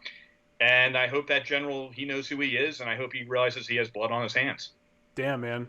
That's fucked up, dude. That's like disrespecting your honor. You know what I'm saying? Like, that's like saying some shit like that. And it doesn't even make sense, because if you were that concerned, why would they even leave you in country at all? You know, why wouldn't he pull you out of country if there was like a concern like that, you know? Exactly. And, you know, like one general I really admired, he did retire as a 4-star of Special Operations Command, was Army General Thomas. He was a great guy, and he was our top general out there who was commanding us, and he took care of us. But this one Marine general, we lost 3 Raiders one night on a green on blue attack. insider attack, and the guy was just a Taliban guy. And, it was a really tough one because they took out the team chief, they took out team commander, and they took out an EOD chief. And actually, their element leader was wounded and had to be sent back to America. So you think on a 14-man Raider team, you took out a team commander, team chief, EOD chief, and an element leader. That is a vicious blow to a Marine Special Operations team. So we're doing a ramp ceremony at Bastion, and this general flies out. And he had us surround, like we had to do a school circle around him after we did everything. And people are just beyond pissed off at this point. And especially not many people are a fan of this guy. And he's talking to us like we're like recruits on the Yellow Footprints about the Marine Corps. And he hated MARSOC. It was well documented. And now he's kissing our ass saying, oh, you guys are the tip of the spear and you guys are the ones who win this war. And I'll never forget, he yelled Semper Fi, like we all were going to be like, hoorah, right afterwards. And people had their hands in their pocket. And you literally heard one guy say, what the fuck? And this general just went, Semper Fi to Ellis, and put his head down. And everyone just walked away from him. I mean, it was just one of the craziest. I never thought I'd see a 4-star get crushed like that. But it was just like, dude, no way. No one had respect for that guy. So out of touch with reality. You know what I'm saying? I hate people like that will fucking dog you and dog you just to dog you. And then you do something that's good, and then they try to come in and be like, hey, good job, guys. It's like, dude, fuck you, man. It's like, you haven't supported us this entire time. This is nothing to do with you. Like, why are you even here? Yeah, he was trying to torch Raiders. I mean, it was well documented. A couple of things I won't get into, but again, thank God for Army General Thomas, who definitely stepped in and took care of Marines, which you kind of look at like, well, an Army general takes care of us, but a Marine general's like throwing us out to dry. It's just so fucked up, man. That's I mean, dude, it's like one of those things. Just let us work, dude. Get away from me. Like, just let me do my job. And dude, that's got to be frustrating. So, you're talking about this is kind of normal. Doing those kind of missions is normal. What place does fear play in this? You have to, it's got to be in the back of your mind, like, oh shit, man, I'm about to go into another one. Like, here we go. I mean, I think anyone that says they're not fearful, especially, I'm sure the first few months were, before you got into your stride of doing those types of missions. Can you kind of explain how fear plays into this whole thing? Yeah, I mean, I always tell people too, it's like, listen, fear you can use as an ally. It will heighten your senses, makes you more alert.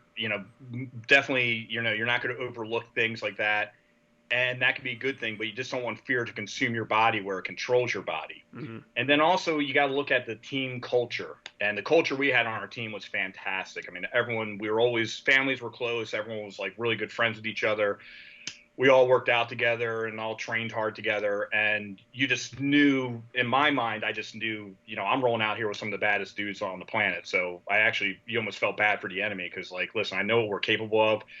And we're going to bring the heat. Yeah, the first mission, you're kind of like, all right, how are we going to do? But then after you kind of get through and, maybe pop your cherry, it's like, oh, yeah, like we're all over this. And we were just getting better and better and better. So, every time before missions, it was just kind of like a routine. We would, it's kind of just everyone kind of relax. I mean, nighttime, we'd be up the night before because we're going on reverse cycle. So, we'd eat a bunch of food. We had like Madden football tournaments, whatever you had to do to stay up, and just kind of joke around. And then, before we would do our final rehearsals, final inspections, and then we'd go in, just kind of do our final kit up in the team room. And, we started off with Conan the Barbarian music, and then it would transition right into Lady Gaga.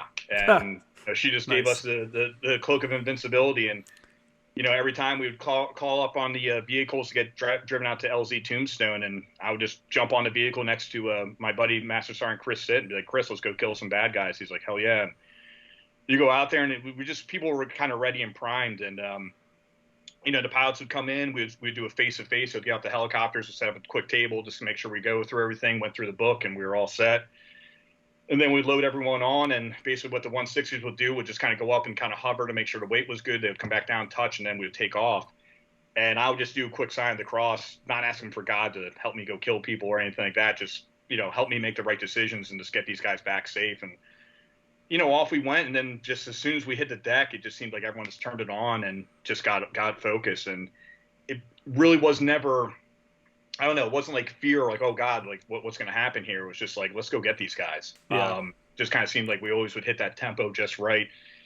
And that goes into a lot of the planning prior. I mean, we trained really hard back here at Pendleton, but even when we were kind of building up our missions, I mean, guys were so dialed in that everyone knew their job. And it just, I would say the confidence was just intoxicating with everyone, that even if guys got banged up, you knew, like, hey, if I get shot, I'm cool because these guys are going to get my back and take the fight to the enemy, and we're going to keep rolling. Yeah. Yeah, for sure, man.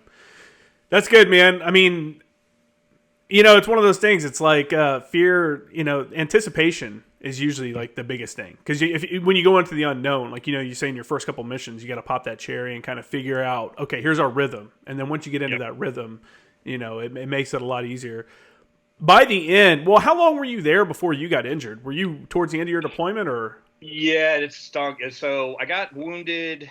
I got wounded in July, and yeah, it was like July 12th or something like that. And then kind of started feeling like back to normal, where like I was like lifting good weights and everything back towards like the end of like August. And then it was like, God, it was like towards the end of October. It basically was like a helicopter incident. I got wounded. I got hurt again. I wouldn't say wounded. We were flying into this area called Azan. So this is just after that incident I told you about, where we lost a bunch of team commander and team chief and EOD chief, and we were flying up towards their old where their village stability platform was, because we were getting some intel hits. And I'll never forget, like, basically where we were going to land, my element was going to land. There was a road, and then there was like a shelf, and then like a big shelf, and that we were going to land on the big shelf and then use the ladders to climb down. And it was a 47-minute time of flight. And I remember it was like 2 minutes in, and I'm talking to the pilots, and they're like, hey, we're already getting some like movement on the LZ. And I'm like, you gotta be kidding me. But one, the Taliban would kind of wait in areas where they thought there was LZs, and just basically put a sentry out there to, they would have a mattress and it would just kind of hang out. And if we came in, they would call it in. And what I was told was apparently one of the drones was above the LZ and it kept its lights on. So, I mean, I guess this guy like looked up and saw like a buzzing, thing just flying above him. So you're kind of amped, like, shit, we're going to go into like a hot LZ, and I got 45 minutes to think about it. And then, so we're coming in, we're doing map of the earth, and obviously everything was just browned out. So the pilot was just going off instruments at that point. And I remember the ramp goes down, and I'm kind of doing my whole, like, just looking down at what's going on. I have my nods on. It's browned out, but it's like, hey, whatever. Sometimes you just had to take that leap of faith, and the ground's going to be there. So God, yeah. I walk off, and I just went, and I started like, rolling down the windows type of thing, where I was like, whoa, whoa, whoa, whoa, whoa, like I am just falling. And it was about a 15-foot drop. So I had like 80 pounds on my back and all my kit, and I stuck the landing, but then my ruck went one way, then it kind of twisted the other way, and just like I felt the head of lettuce being shredded, and I'm like, oh. So puffed out some smoke. I remember some dirt was in my mouth, and like everything starts clearing up, and I'm like, oh my God, I'm on the road, which is not where you want to be in Afghanistan. So I'm like, crap. So I had to pop my ruck off, and at this point, all the guys are jumping out of the helicopter doing parachute landing falls to try to get next to me. And I hand my rifle to the guy, and they helped me get up, and it just felt like broken glass on my feet. And I'm like, oh man, and I'm like, that's not good. And they're like, you need to get in that back in the helicopter. I'm staring up this big black helicopter. Enemies starting to maneuver on us. I'm like, just get that thing out of here. And we start crawling to the objective. I go into a wadi. They go to do the raid. Of course, all of our breaches are failing that night. So I'm like, when it rains, it pours. And eventually we took down the objective. I came in afterwards. And I told the guys, I'm like, listen, when you're do a patrol tonight and just find another LZ, and I'll get out of here tomorrow, because we're only going to stay there for 48 hours. So I'm like, I can't have a helicopter landing every night. I'm just asking for problems. Mm-hmm. And they came back, and they're like, we couldn't find another one. And I'm like, all right, well, I guess I'm stuck. So we just took off my boot, and I couldn't take narcotics because I lose ground force command. So I was just taking aspirins and just kind of fighting my war that way. And the night we were extracting, we just threw on a pair of Chuck Taylors that I always kept in my rucksack and duct taped up my foot, and basically had to crawl out and get out of there. Yeah. And then so when I landed, I went back to Antonik. I had a slice of pizza, and they finally got me crutches. And I'm like, all right, let's go to the hospital. And it's like the middle of the night. And, unfortunately at this point, or fortunate in my matter, I was good friends with the nurses and doctors because we gave them so much business. And one of the nurses was in there, and we're talking, and she's like, "So what do you think that your injury is?" I'm like, "Oh, it's like a high ankle." And she's like, And she's like, "Well, I can't make the call, but you might want to prepare yourself that you're probably going home." And I'm like, "Oh, well, we'll see." And they roll me in to get an operation, and my one surgeon was actually doing a relief in place with the new incoming surgeon. And when I rolled in, he looks at me, he goes, "You gotta be kidding me." I'm like, "Well, I didn't want you to leave without saying goodbye." And he's like, "All right." And he's like, "This is what you got, man." He's like, "You got a spiral fracture and a dislocated ankle." And I'm like, "Oh." And he's like, "So can't do much about the spiral fracture right now, but I do need to put your ankle in place." And I'm like, "Okay." And he's like, "Listen, I've been giving you a lot of anesthesia. You know," he's like, "You've had 3 surgeries since you've been here." And he's like, "You're about to go into your 4th one." He's like, "So this is the craziest thing, Justin." He's like, "I'm going to do like a really shallow, put you under, and you're going to snap right out of it." And I'm like, "All right." And we're just bullshitting about like football and stuff. And eventually look at him like, "Hey, when we can get on with this procedure?" He's like, "We're already done." And I'm like, "What?" And he's like, "I'm told you." He's like, "It was going to be quick." He's like, "You don't want to know what I had to do to your ankle to get back in place." But he's like, "You're good." So, That's crazy. You didn't even realize. yeah. So like, they roll me out and they're like, "Okay, we're going to get you up to, over to Kandahar." So I fly over to Kandahar, and our Coalition Joint Special Operation Task Force was Army's SF 7th Group. So I'm talking to their full bird colonel, and I'm like, "Listen, sir, let me, come back and finish up this. We got a month and a half left, and let me just go up to Germany, get my surgery, and come back." And he's like, all right." He's like, "That's fine, you can do it." He's like, "But I swear, if you're on one manifest, I will fly from Kandahar into Helmand and kick your ass myself." I'm like, "Not a problem, sir. All good." And then I get up to Germany, and it was kind of cool. Like the SOCOM liaison comes in, and he's like, "Hey, I hear you want to get surgery here and rehab and then go back south. That's great." He's like, "Let me know what you want to do, like family and friends. I'll bring them over. We get you guys an apartment, and they can hang out with you while you're here." And I'm like, "Oh," "My friends are gonna have like the vacation of a lifetime for free." And then the doctors came in. They're like, "Listen, that's really cool. You want to go back into Afghanistan. We don't hear that very often from people, but they're like, we can do the surgery. We just can't put you back together because your ankle's so swollen." Mm-hmm. So they had to fly me all the way back to Balboa, and I had to basically, hang out on my now wife, but then girlfriend's couch, just with my leg up in the air for a month. And then they did the surgery, and they threw the plate in there, and they're like, "We don't put the big screw in. We can send you back to Afghanistan to finish up." And when I woke up, they showed me the X-ray, and the big screw was in there. It was about 6 screws plus the big one. And they're like, "Yeah, your Afghan war's over." So it was frustrating not to finish it, but my team chief, he was the one who gave me the call, and he's just like, "Dude, that last mission that we did was like really the last mission that was like kinetic." He's like, "It's November, they all walk down south, and it's pretty quiet. I mean, you had your little skirmishes and stuff like that, but they weren't fighting like they used to." So I guess that made me feel a little bit better. And obviously, thank God we didn't lose anyone or anyone else Mm-hmm. get wounded. But that kind of bothered me. I couldn't finish it, but shit Did it? happened. I'm assuming that you were there for the homecoming then when they got back. Yeah, yeah. So we would do what they called a 3rd level decompression, Mm-hmm. and we did our TLD up in Santa Maria, up in like kind of towards Central Coast area. So I just went up to the hotel, the Santa Maria Inn, and I was pretty much there for like 2 weeks because they were just phasing people in. So when the guys would come back in and all that stuff, I was there with them, and then they would come back down to San Diego, and I just stayed until last guys to come back were my team chief and EOD chief and stuff. So I just stayed up there until they were back, and we all had a good time with each other, and we came back, and then obviously they leave you alone for a month, and we were just kind of doing our thing. But that's probably when it became tough for us, because that's when you kind of realize some of the guys that you hung out with and everything aren't going to be there anymore. As in warfare, you kind of compartmentalize everything and just, okay, well, that happened, let's move on to the next mission. It's during those times where the lull and you can kind of reflect, that was when things were kind of hard for everyone, just kind of like a lot of funerals and celebrations of lives and all that stuff we had to go to. It was pretty tough on the guys. And again, that's when that colonel told me, he's like, it was the bloodiest summer for special operations forces since the Vietnam War. And tough time, but that was kind of a really big last summer for that we had in Afghanistan. Yeah. Can you want to talk about that decompression like Yeah, protocol that they had you guys go through? Because that's not something everybody went through. It was like EOD guys, special operations guys, and it was like a limited field. I know. And I tell people, in Congress this. I mean, I have a fortunate opportunity to work with some members of Congress and be on some of their advisory boards. And we talk about post-traumatic stress and everything. And I'm like, listen, like, it's going to happen. There's stressors, but there's ways you guys can get ahead of it that are going to help these men and women when they transition out to be more productive in society.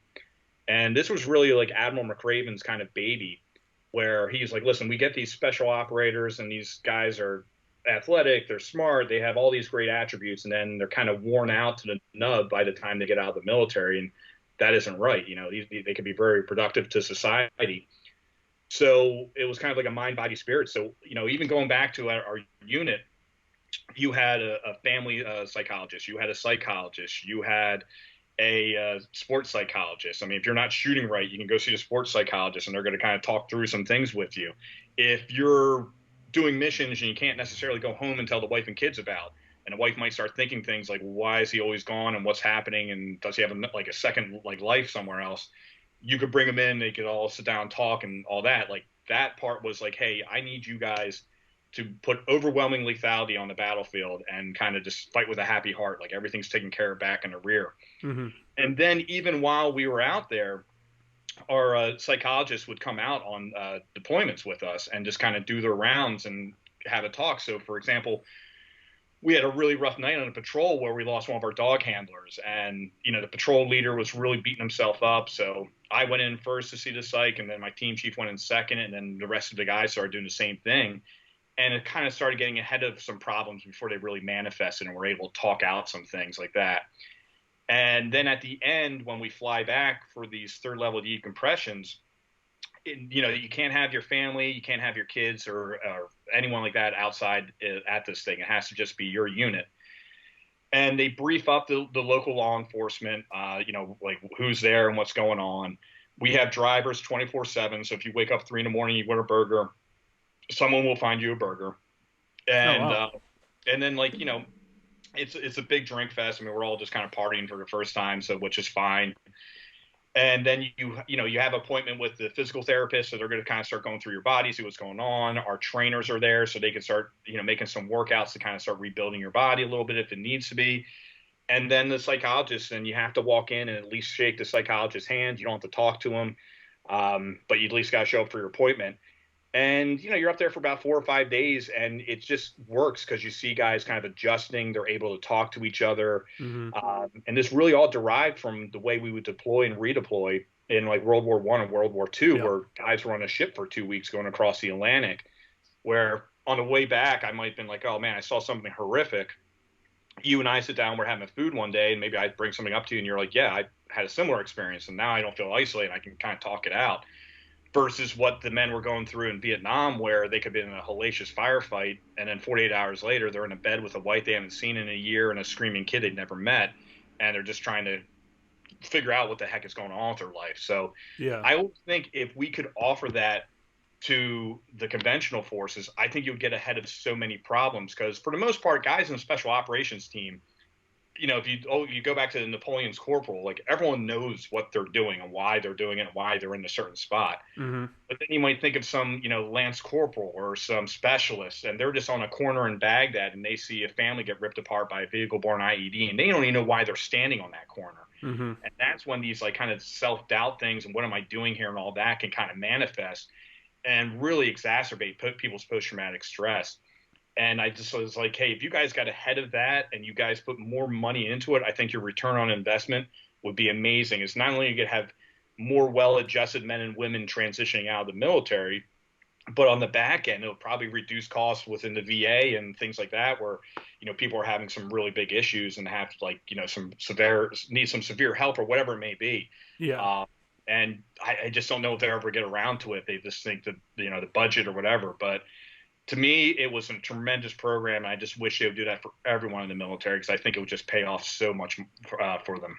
Yeah, talking shit out is key. Being able to have that conversation with somebody. That's why a lot of guys get out of the military, I think, and have problems. And not just like special operations guys or combat vets, but people that get out and it's like, how do I tell someone that's never been in the military, like how can you even explain flying to a country to do some training or flying to a country to do a deployment or, leaving your family for a month at a time, or, like some of the things that you do, and, flying in helicopters all the time. Like the average person sees a helicopter, like, wow, look at that helicopter, and when you've flown in them a lot, and if you've ever had a close call in them where you're like, oh shit, we're going to wreck, or something like that.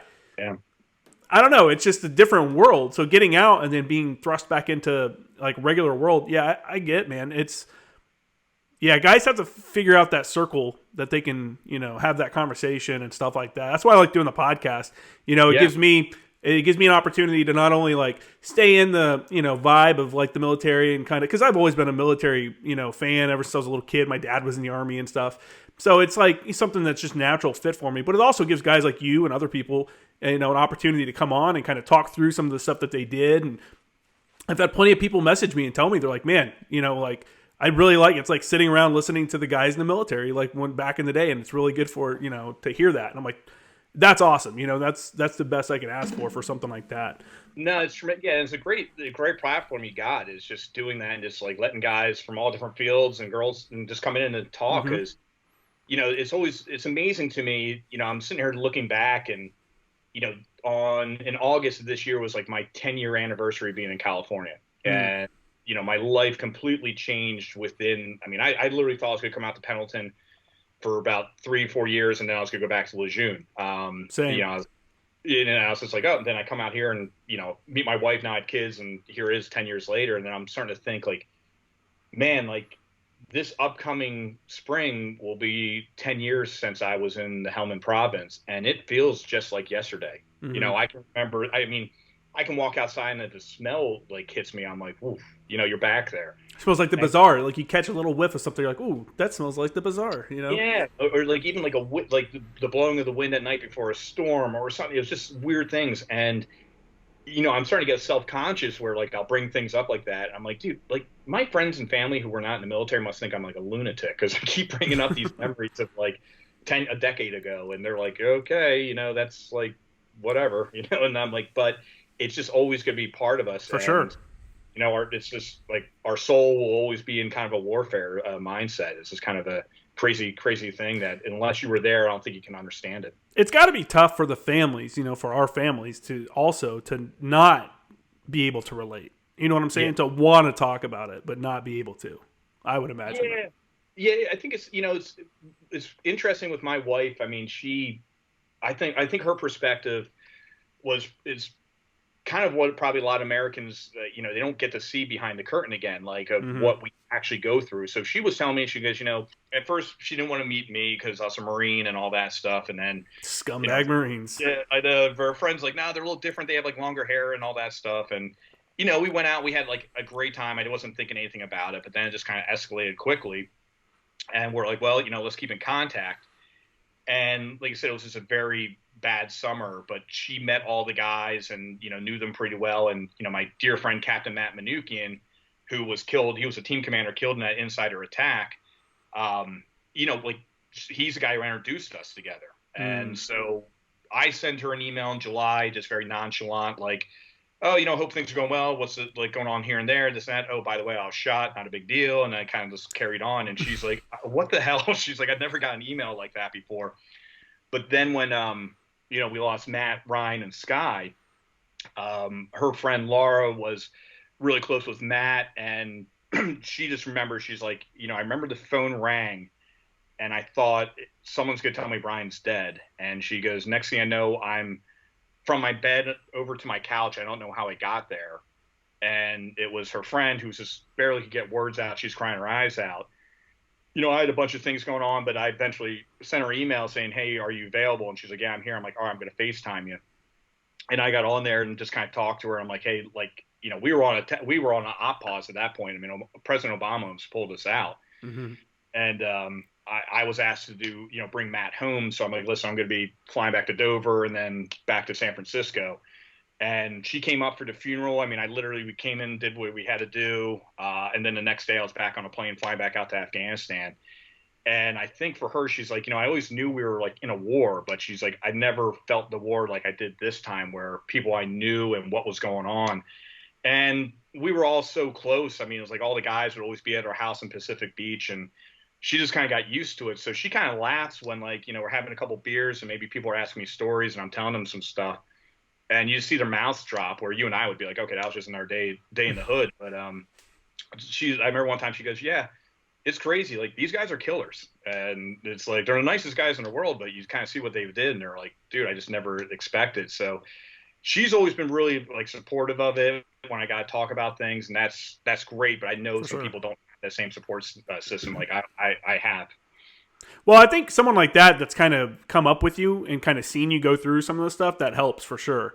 Yeah, It's for the families. A lot of it's probably just they don't know what to even ask or even talk about, which is unfortunate. But I'm always pretty open. If people ask me questions, I'm like, hey man, this is what it was like, because I think people have a right to know. And like you said, most Americans didn't even realize like anything's even going on. When our last podcast came out a couple days before the turnover in Helmand at the HK at what do we call it, Karzai Airport, International Airport, before all that happened.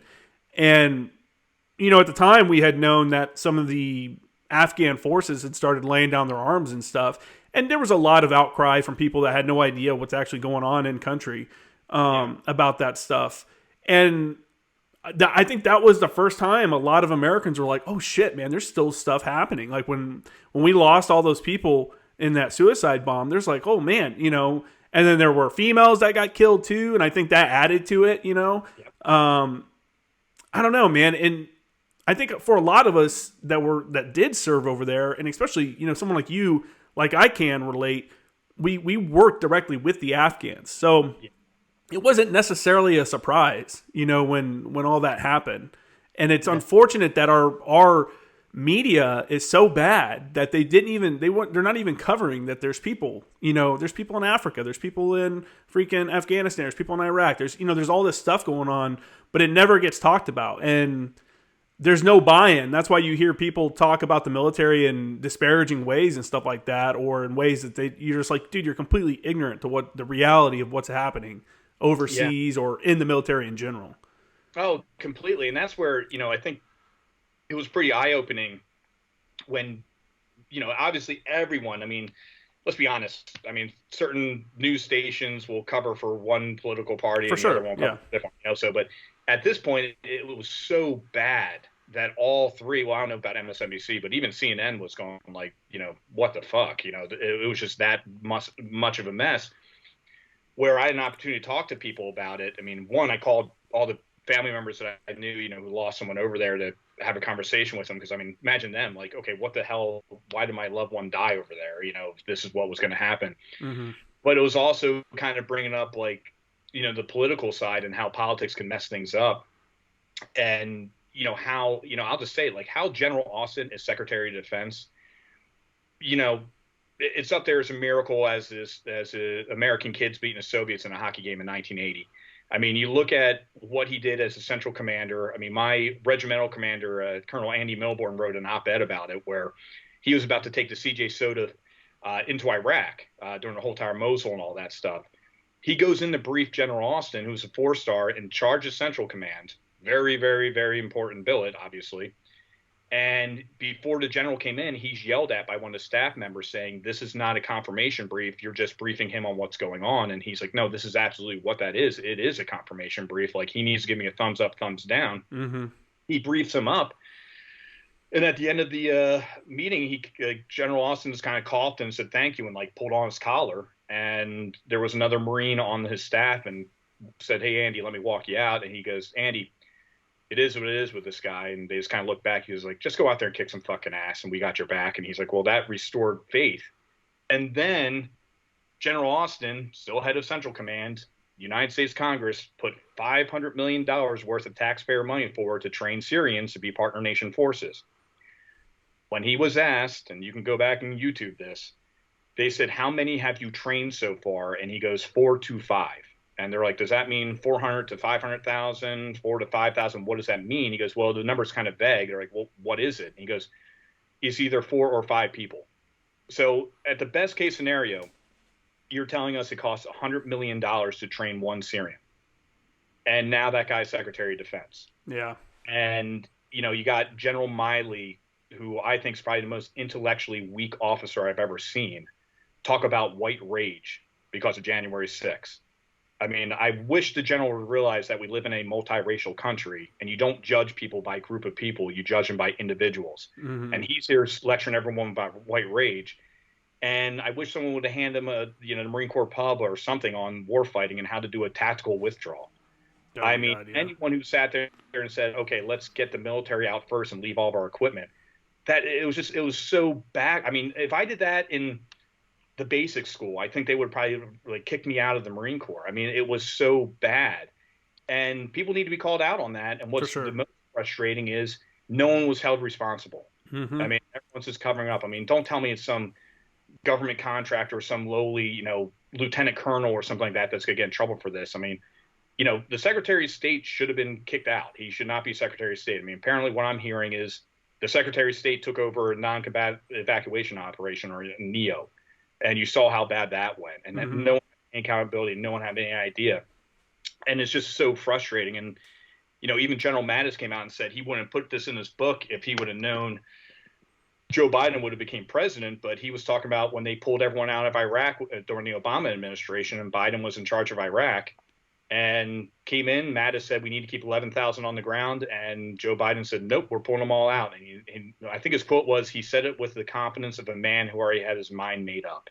Yeah. They just kind of go on, like, again, you go on that train and it just keeps going. You're yeah. When are we going to deviate this thing? And it's like, is this really happening? And then sure enough, it just blows into the station. It's just terrible. There was another report out just yesterday or the day before, I believe, that said the final report saying that nobody's going to be held responsible for what the strike that happened that killed 10 civilians, including 7 children. It's just the people that tried to make an argument to me. They're like, well, because I was like, why did we give up our most strategic airfield with multiple runways out in the middle of nowhere? And people are like, well, how would people have gotten out there? It's like 20 miles from anything. I'm like, how did they get to Kabul? The same way. Except out there, you don't have a city surrounding you of over 1 million people surrounding you where you can't tell friend from foe. At least if you're out in the middle of the desert, you're out in this airfield out in the middle of nowhere, and the people that want to leave are going to get out there. You can see them coming, and you can sort through them and stuff like that. It's just the planning was so bad, man. It was. And I mean, in terms of, with Bagram, I mean, it's just, there were so many things on that base that were pretty much what we needed. I mean, the 2,500 troops, and that would have been special operators, logistics, drone pilots, things like that would have been so beneficial, because this whole entire over the horizon capability that President Biden keeps talking about, that's like trying to make beef stew without the beef. I mean, that's why you had that incident on the ground with that vehicle. You didn't have any human intelligence in there to kind of actually, another data point of your intel. I mean, you're just going off everything on the air. So that was just, extremely frustrating, just poorly planned out. And, right now, like, people don't know this, but, a lot of the commandos went up to the Panjshir Valley to be with General Massoud's son, and that was kind of like their last stronghold. That looks like that just fell apart, but now they're going to move about 30,000 commandos over to Guam. And keep them there, because we know we're going to need them in about 2 years. I mean, even Leon Panetta came out and said, like, this is terrible, what happened? And they're like, well, do you think, Joe Biden will say he was wrong? He goes, well, I've been around 8 presidents, and they typically don't say they made a mistake. But he's like, we'll have to go back in Afghanistan in another 2 years. I mean, it's terrible what they did, and it's just getting glossed over like, oh, well, it's over now. Yeah, the news cycle's over. Now we're on to a new cycle. So you had to withdraw. We had to withdraw. It's like, no, you didn't. I mean, just think about where we were tactically in the world at that place and all the assets that we had in Bagram. You got China doesn't necessarily like us. You got Iran that does not like us. You got Pakistan, who is, they are what they are. But we had a lot of control in that area where we could have probably put a lot of things out before it even started. And now, and again, it looks so bad and so weak, where you got to hope that we don't have a fast break from the Chinese and the Russians on Taiwan and on the Ukraine, because I don't know what we can do. But it just showed our weakness to the world. Ukraine right now is the next one. We're watching Russia build up on the border there, and I'm like, man, what's going on there? Like, what's going to happen? Yeah, and Biden already said that they wouldn't commit any ground troops to that. It would be crippling sanctions. And I'm like, okay, like, well, I mean, yeah, maybe he'll take away the pipeline like he took away our pipeline. I mean, he took away ours and he gave it to the Russians, so Western Europe's on it. But I will give Biden's administration credit for this one. Doing a diplomatic protest against the Chinese Olympics. I mean, it's just a lot of other countries have jumped on board with that too. Yeah, it's a big propaganda thing, and you just kind of read the tea leaves. It's like after that, China could be feeling very good, and they might make a move at Taiwan, and I don't know. We'll see what happens. We'll see what happens, man. We're not there for it anymore. We're on the outside looking in now. Doesn't that suck? It stinks, but I think the mindset you have, and I shared it very similar. So we're very open about talking with people. Is I think it's good for people to hear, because you never know if you're talking to a future congressperson or a senator. I have a great opportunity to serve on the Veteran Advisory Board for Representative Madeleine Dean out of Pennsylvania. And she gave me a 45-minute platform to discuss Afghanistan with her. And, she was kind of blown away when I was describing things that you and I were talking about. And, even the failure that we had as a country, where we really need to take a pause to look at how we do this stuff. I mean, I was telling her, everyone in DC and all the higher ups, they love storyboards. I mean, they love them. And I mean, trust me, I've sent out storyboards and I get pushed back. That margin isn't right. I don't like that picture. That guy looks like his boots on blouse, dumb things. Okay. Yeah. But I'm all you guys wanted to hear was capability and capacity. And we were throwing all these people into these positions and we didn't know who they were. And I'm and then they started killing us from within. I'm and we were people with weapons who were looking for a fight. So I gave her a grave warning about all these refugees that we're bringing in. And I'm hey, everyone knows America's critical vulnerability. It's our benevolence. And if I'm a bad guy and I'm at Karzai Airport, you don't think I'm going to throw a couple of lone wolves onto those airplanes to see if I can get some through? Because I shouldn't have to remind you, but I will. The 9/11 attackers were training in the United States before they struck their attack. I'm we got to pay a lot of attention to that. And then I was but even how we were training them like us. I mean, they were doing everything with combined arms. Mm-hmm. So when we were going out to fight with them, things got hot and heavy. I started bringing artillery and started bringing in aircraft. And then all of a sudden you kind of let them go on their own. You take away all the U.S. contractors who actually knew how to put things together. And now they're not fighting with all their combined arm assets. And you're kind of wondering what's happening to them. You just took them back about 30 years. Yeah, for sure. And now they're fighting an enemy who's very comfortable fighting that way, where they're kind of shooting and maneuvering might not have been necessarily their forte. And I'm and we failed them there. And it's but it briefed really well. So I was we set them up for failure. We did not set them up for success. Sometimes you got to train them up to the capability that they have so they can continue to endure. Or what we were doing in Afghanistan, I mean, we should have been in there for the long haul, again, having those 2,500 people in there. And then NATO would have came through where we would have had 10,000 troops, not all Americans. And then you got to laugh too. I mean, not to beat a dead horse here, but it's that's the first time we ever launched Article 5 of NATO, where everyone stood up for us when we were attacked, and we just bounced them. We didn't give them a heads up that we were leaving. I mean, you want to talk about our standing in the world falling fast. That was it. I mean, it's just mind-boggling how this came to be. Yeah, it's crazy. And no one being held accountable is just not on any level. It's just it shows you the politics of it. You know what I'm saying? Because these generals and stuff are politicians at that point. So they're just playing the game. It's I don't know, man. It's so unfortunate. What we should have done is been less willing to accept Afghan corruption from the beginning, because I think that's one of the huge factors that caused all of this, was that we were willing to look the other way because we were just trying to make things happen. And, you're having commanders that are basically robbing their own men of pay and food and everything else. They're not getting what they're supposed to be doing. At the same time, they're robbing the U.S. They're stealing from our fuel reserves and shit like that are on bases and stuff like that. It's allowing that to happen to see the mission through or whatever. All it did was allow that kind of corruption to fester.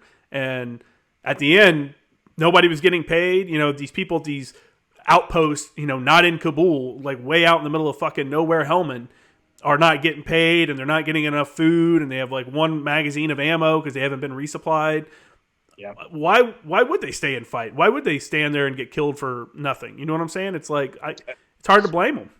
It's bizarre, and that's where you really just want these people who are in these positions to have some sort of military background. Obviously not all the people can go through things like we went through and experience warfare. But again, I mean, you can even go back to Iraq when we withdrawed in 2011, and we're all like, "That this is a bad idea, and they did it, and we lost our entire source network. Basically, had to go back over to the Russian, or had to go to the Russians because they were paying them. Our guys were kept in the base, and then next thing you know, Russia has a naval port in the Mediterranean. I mean, it was just like the sphere of influence that they allowed to happen in there, and then the whole freaking caliphate broke out where they had their own currency. I mean, it was the size of Great Britain. Yeah, I mean, crazy. it's just like, what are you guys like? You guys think forward. ISIS became a huge influence there for a long time. It was crazy how fast that blew up, and they had a massive area that they were. Yeah, it literally was the island of England. But you know, it was funny. Like a couple of my buddies were over there during basically when President Trump took over. Mm-hmm. And what was going on prior to that was, you know, as me as a ground force commander, I had authority to drop everything except I had to get permission from my colonel to drop a bomb from a fast mover or shoot guns from a fast mover. Everything else was at my command. Well, they were basically, the policies were like, you had to get permission from DC to drop.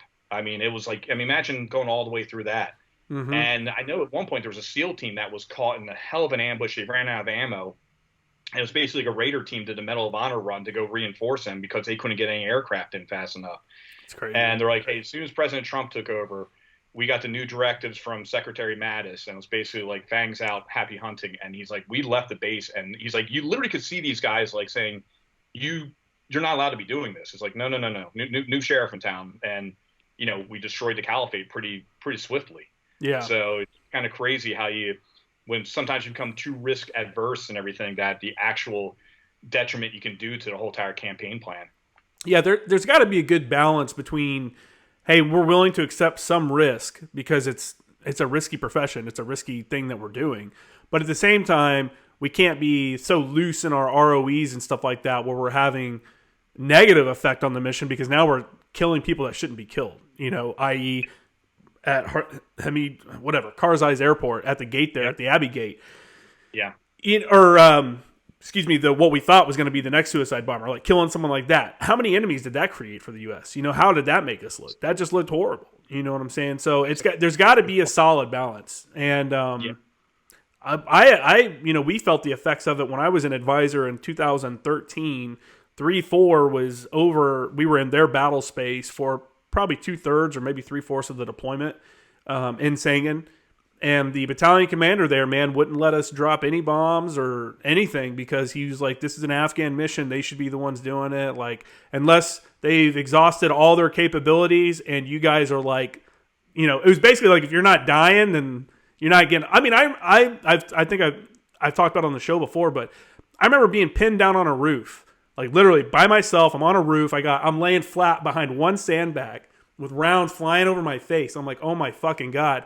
And I'm looking through the Soldier ISR eyepiece, and I can see the guy that's shooting at me. I got a Harrier on station, and they denied my drop. They denied it because, you know, and I'm like, what the fuck? I'm like pinned down up here, man. You know, I in that kind of stuff, it was just like I had a real bad taste in my mouth for 3-4's battalion commander. You know, after that deployment and stuff like that, I was like, dude, fuck these guys. They hamstrung us so much, we're just like, all right, man, we're just going to shoot our Afghan mortars all the time then. Like, these guys are right here. Hey, dude, we're shooting that tree line, you know, fucking load it up. Let's go. Let's start. Yeah. You know, and that's what it became, which is even more dangerous because these guys are less skillful and they may not get on target as quickly as we can. It's just, I don't know, man. It was a tough nut to crack being over there, and we'll see what the repercussions of that, you know, how that's going to reverberate through society for the next decade and stuff. Right now, the Taliban's trying to put on a sad face and be like, we need aid. You know, we need people to send us aid because our Afghans are going to starve. It's like, dude, fuck you, man. Like, and if we find out that we're giving them any aid, I'm going to be pissed because you know as well as I do, it's going straight into fucking helping bolster their, you know, their own government and their like influence. They're like, look, we are the government. Look, they're giving us money. They're, you know, I don't know. But you're 1,000,000% correct. And what's going to happen is we're going to have to go back in, and it's going to be just, you know, even worse because now you're going to fight like a Taliban 2.0. I mean, they've already seen our first time. Now they're going to know our second time, and they got our weaponeering and they got our body armor and all that stuff. Well equipped. they're well equipped, and that's why, part of what I want to do, people are asking me, like, what are you going to do when you sell your cannabis company? And I'm like, well, I'll go get my MBA because I can for free.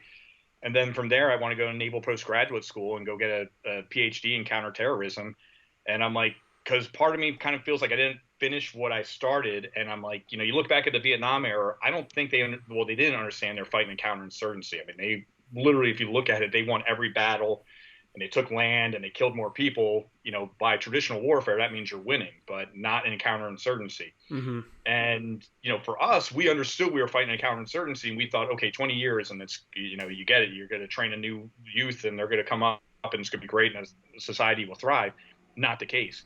So part of me, before I leave this earth, I just want to kind of, is there some way we can crack that nut that we can figure out how do we truly defeat a counterinsurgency? Because our kids are going to be the ones who are going to face this next type of warfare. Mm-hmm.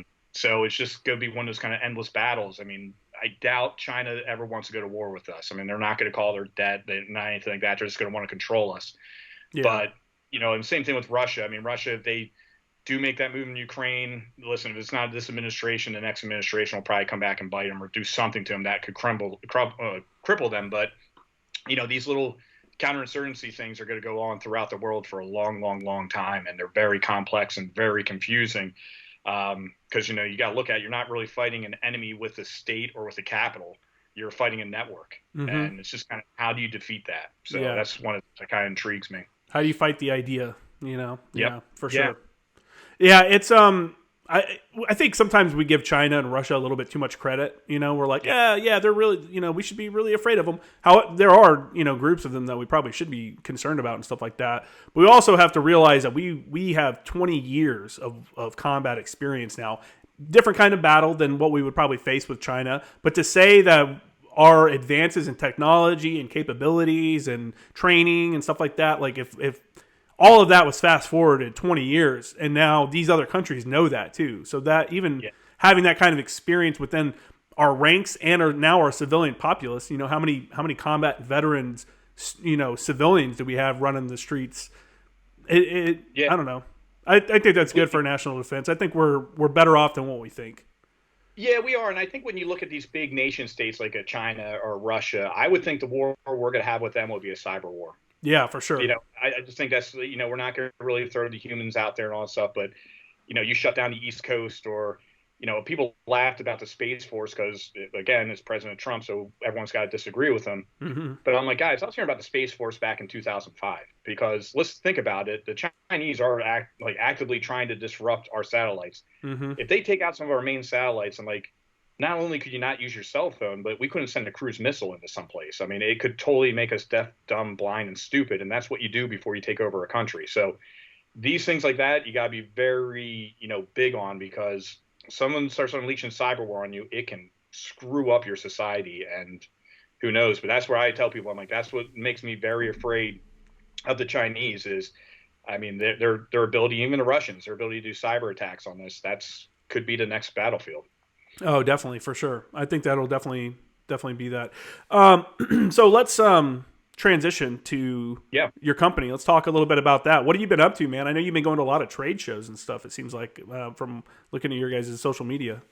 Yeah, we've we've done a couple of things called it's called the Hall of Flowers. So it's the biggest business to business event in California. It's great. The first day, it's just, you have a brand, you have a booth, and then the people walking around are dispensary owners or, so they just kind of come up and you can start making deals and doing all that stuff. And then the next day they open up the general public and get some people in there. So it's really cool to, meet people. And for us, it's like, we're starting to kind of gain a name and people are starting to know the brand more. And, we have people come in from Massachusetts who are veterans and they're like, oh my God, it's you guys. And they start talking to us. So it's been really fun, and we're just still building up the company. Adding some more SKUs, bringing in some more head counts. We're about to open up a cultivation and storefront probably in the next half year up in this area called Lake Elsinore, which I'm fired up about because we'll be able to hire some more veterans and bring them in and teach them how to cultivate or just see what they want to do and just something new for them. And we have that approval for our study. We're just finalizing the funding and looking forward to get that going. And I think that's going to be a huge game changer because, It's been fun. I mean, like I said, I talked with Representative Madeline Dean and her office. I just had someone from Senator Tim Scott's office reach out to me, and we're going to be talking next week about what we're doing, and probably a couple other people in Congress. And I'm going to actually go out to Congress in May. And what kind of reaffirms my faith in this nation is, how this has become such a bipartisan issue, where I'm dealing with both Democrats and Republicans, and they're all pretty much saying the same thing.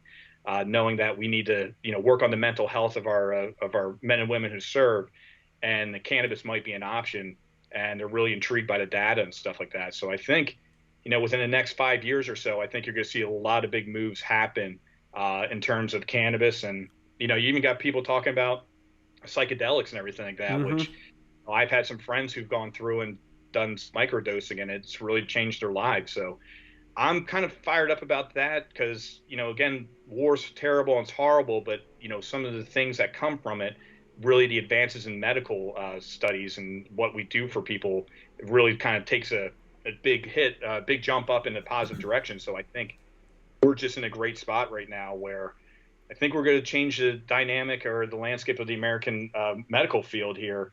And it's just not us. It's a lot of other groups, too, like University of Pennsylvania and people like that are really studying cannabis and seeing what it can do. So it's pretty exciting because we all know what happens, with those people who are taking all the, the VA cocktail and everything like that and just not really living a healthy, successful life. So that's what kind of keeps me going every day. And, every night before I go to bed, I think about what have I done for a veteran today. So, they've done a lot, raising their right hands and going forward and serving our country. Now it's time for us to do our part. Yeah, for sure, man. You guys are on the forefront of trying to change the stigma, that is on cannabis and the cannabis industry and stuff like that. Like it's in pop culture, everyone's like a stoner and like, I'm just going to sit around and get fucking ripped and eat potato chips and be worthless. And in reality, a lot of people use it. They self-medicate with it. They have to because that's the way they have to do it because of the legality of it. But they self-medicate and they use it as a way to get through the day without having to take opioids or fucking antipsychotic medications or whatever. They use it for... My mom was just in town and I got her some edibles from my local dispensary here. And she was like, man, this is the arthritis in her hand. She said it just like felt better than it ever had, She's wanting me to bring her some back to Indiana because it's illegal in Indiana. And I'm like, dude, I can't, you can't fly with it and stuff. You're not supposed to. But it's one of those things. It's like, man, it sucks that she would, if she wanted to get some, she'd have to drive to Illinois to get it because it's legal there. Then you got to worry about getting pulled over in Indiana and getting in trouble for, whatever law that they're going to say that, carrying it across state line. Exactly. Yeah. So it's like we're making people into criminals for no reason, for something that's natural and people are getting something out of.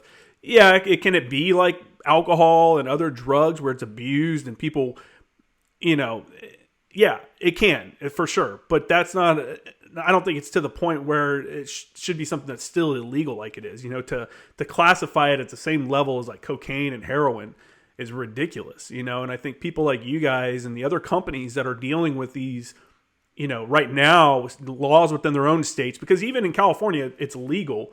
However, most people don't realize outside of California, it's legal here, but it's up to the individual towns if they want to allow it to even be in their town. So there's a lot of cities in California that there's zero dispensary. So it's still black market marijuana coming in everywhere because they don't like the perception of it being in their town. And so like when I lived in Oceanside, there's no dispensaries in Oceanside. There's no dispensaries in Carlsbad. There's no dispensaries in Encinitas. The next three towns I was going to San Marcos to an illegal dispensary to get one of, because that was the only place to go get it. Unless I wanted to call like a dealer, basically, who was going to deliver it to my house, bring it in a backpack and sell it to me on my couch, which, that works too, but that's not the way it should be. And that's not, I don't know, I think you guys are doing a great thing. I think a lot of these companies that are coming out and, trying to take a stand and trying to show the public, like, hey, there's a good use here, not just for smoking and sitting around and being fucked up, but like, what else can we use, CBD oil for? What can we use the plant fibers for? There's a lot of different uses that we're just kind of thrown away because of propaganda in the 20s, in the early 19th or 20th century. the propaganda that made it illegal in the first place. Yeah, and I've had a really cool opportunity. This last event I was hanging out with a guy named Kyle Turley, and Kyle played in the NFL like in the early 2000s for the Saints, and it was kind of funny. I remember the play I first heard his name is on a Monday Night Football game. He ripped a guy's helmet off and like chucked it across the field, like it looked like a scene out of Braveheart. Yeah, and he's very passionate about it, and we were having conversations, and he's going to the NFL and having conversations with him about what it's done for him, because he was getting out, he was having seizures, he was having all these issues, and he vertigo, all this stuff, and he consumes cannabis throughout the day, and it helps him. I mean, he's like, without this, I wouldn't be able to drive a car or like walk into a room with neon lights or anything without falling over. And he was feeling the frustration because he went and briefed the NFL, and they're like, man, Kyle, you're looking great. Like, what are you doing? Tells him what he does. And they're like, probably works, but we don't know if it's time yet. Stuff like that, where it's like, guys, stop again, get over the stigma, start really exploring this thing and see what it can do. Cause you just lost a guy named Demarius Thomas who, at the age of 33, who had a seizure in the shower and died. And that's probably from the same things that, the hits these guys are taking to their brains. For sure. It's just, we call it traumatic brain injury. They call it CTE, but they're dealing with a lot of issues. And what I get mad is, I have opportunity. We have an Israeli medical group called Naya Medic that works with us. And it's always great talking to them because they're the ones saying, if an NFL player got hurt, he goes into the blue tent and they deemed him concussed, give them cannabis at that point, because you're going to reduce brain swelling and speed up the healing for it. Even when guys are getting hit by IEDs and getting hit by a blast wave. Well, I think now, the military puts you kind of on the shelf for a week or two to let your head kind of heal. But imagine you start giving them microdosing of medical cannabis versus aspirins or stuff like that, and just really kind of got their body kind of back where it needs to be and let it heal appropriately. I don't know. I think it's going to be some interesting stuff. And one study we want to do as we kind of progress a little bit more is we want to look at NFL guys who use cannabis during their NFL career versus NFL players who didn't use cannabis, and just do an EEG on their brain and see what their brainwave activity looks like. Where the guys who are using cannabis and not like, drinking a ton of alcohol, did their brains, or is their activity better? All that stuff. That could be something very enlightening for the military because, again, say if your guy does get hit by an IED, he's knocked out, comes up, he's concussed. All right, well, he's not going to be doing much. Well, the corpsman carries narcotics with him. Why not just give him like a little vape pen or something like that, and just give him a couple of hits on that, and just kind of let him mellow out and let the brain start, kind of reduce swelling and start healing them. I don't know. Could be something, for the future for people on the battlefield. Yeah, for sure, man. When you're talking, when you got injured, they're like, "Hey, you want some ketamine?" Like no big deal. Yeah, like how can that be that much better? Or I don't know, man. It's just too many guys. I think our biggest problem is too many people go to the doctor and they get prescribed these insane amounts of opioids or whatever drug it is that they're being prescribed.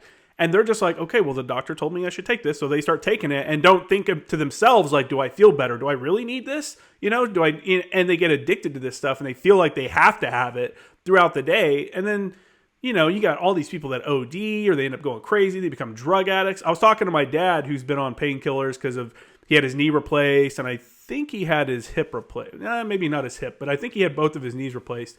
And, he was like, I was just realized I'm taking this pain pill for nothing. Like, I don't even know why I'm taking it now. And he's like, so I called the doctor and was like, hey, I don't want to end my prescription, but I want to like bring it down to like where I only get one a day maybe, or maybe less than that. And I'm like, I'm glad that you see that and you're able to understand like, hey, why am I doing this? Because a lot of people will just keep going, getting those 30, tablet refills or whatever and chewing pills all day long and being drugged up from it. And it's just not healthy, man.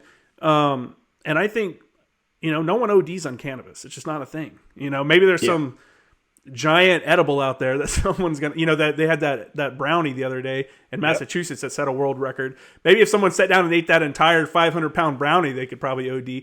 But the reality is it's way more dangerous to be taking these crazy pain pills and stuff that we're giving people than it is to sit down and smoke a J or hit a vape pen or something like that, in my opinion. I agree. And, one good thing I think, just working with people in Congress, you're kind of seeing the stigma slowly go away, especially, and like I said, it's becoming like bipartisan. I was kind of surprised there was I don't know if she's a freshman representative or what, but there's a bill out there for recreational cannabis to go federal, and it was Republican led with a 3% federal tax and treat. So you're kind of like, whoa, but now you're thinking, well, maybe as a new generation of people go into Congress, they might just kind of look at like cannabis, like, well, what's the big deal, and why are we kind of acting like this, and let's get into it, let's deschedule it, and so on and so forth. And again, it's just going to help people's lives because, yeah, to your point, it's like no one ODs on it, and you know, I from what I've seen is, you know, you go out to a bar and people have some drinks, they think they're invincible, and they get behind their wheel of the car and they crash it. You know, when you're using cannabis, you don't lose your inhibitions. You kind of know what's going on, and you're probably a little bit more like kind of in tuned, and you're like, okay, I'm kind of messed up. It's probably time for me to get an Uber, and I'll go that way and not make a big deal about it. I mean, you never hear domestic abuse of people with cannabis or anything like that. It makes you way more reserved more than anything, you know, because you're not trying. Yeah, for sure. Yeah, it's crazy stuff, man. I think you're right. I think the newer generations are like, what are we doing? We have some states that are putting people in prison for cannabis, and we have other states where they're making the world's biggest edible. You know, like that makes zero sense. Like, what is going on here? And so I'm all about it, man. So I really appreciate you coming on to talk about it. I really hope coming on the podcast helps expand the brand for you and gets the word out for you guys. I was just right before you got on, I was looking up some of your locations. I've been going to the SDRC here in Mission Valley, and I haven't seen your stuff there for a little bit. So I'm going to go up to Torrey Holistics and pull some stuff from there before I go to Indiana for you to use here before I go to Indiana. But yeah, I don't know if there's anything you want to end with or anything like that. But like I said, I appreciate you coming on and telling your story. No, thank you so much. Yeah, if you guys want to help us out and help donate, you can go to battlebrothersfoundation.org. That's our 501c nonprofit, and any donations you make will greatly help us. Definitely too with our research. This thing's going to cost about $500,000 per study we do. So as fast as we get money in, the faster we can start helping our veterans and really changing the tide here. So greatly appreciate it, and thanks again for having me on the show. For sure, man. I'll add that to the show notes, too, so people, you can find the link in the show notes. As always, check out my website, jkramergraphics.com. My Instagram is @formeractionguys and @jkramergraphics. Both of those. Hit me up, and thanks again, dude. All right. Thank you.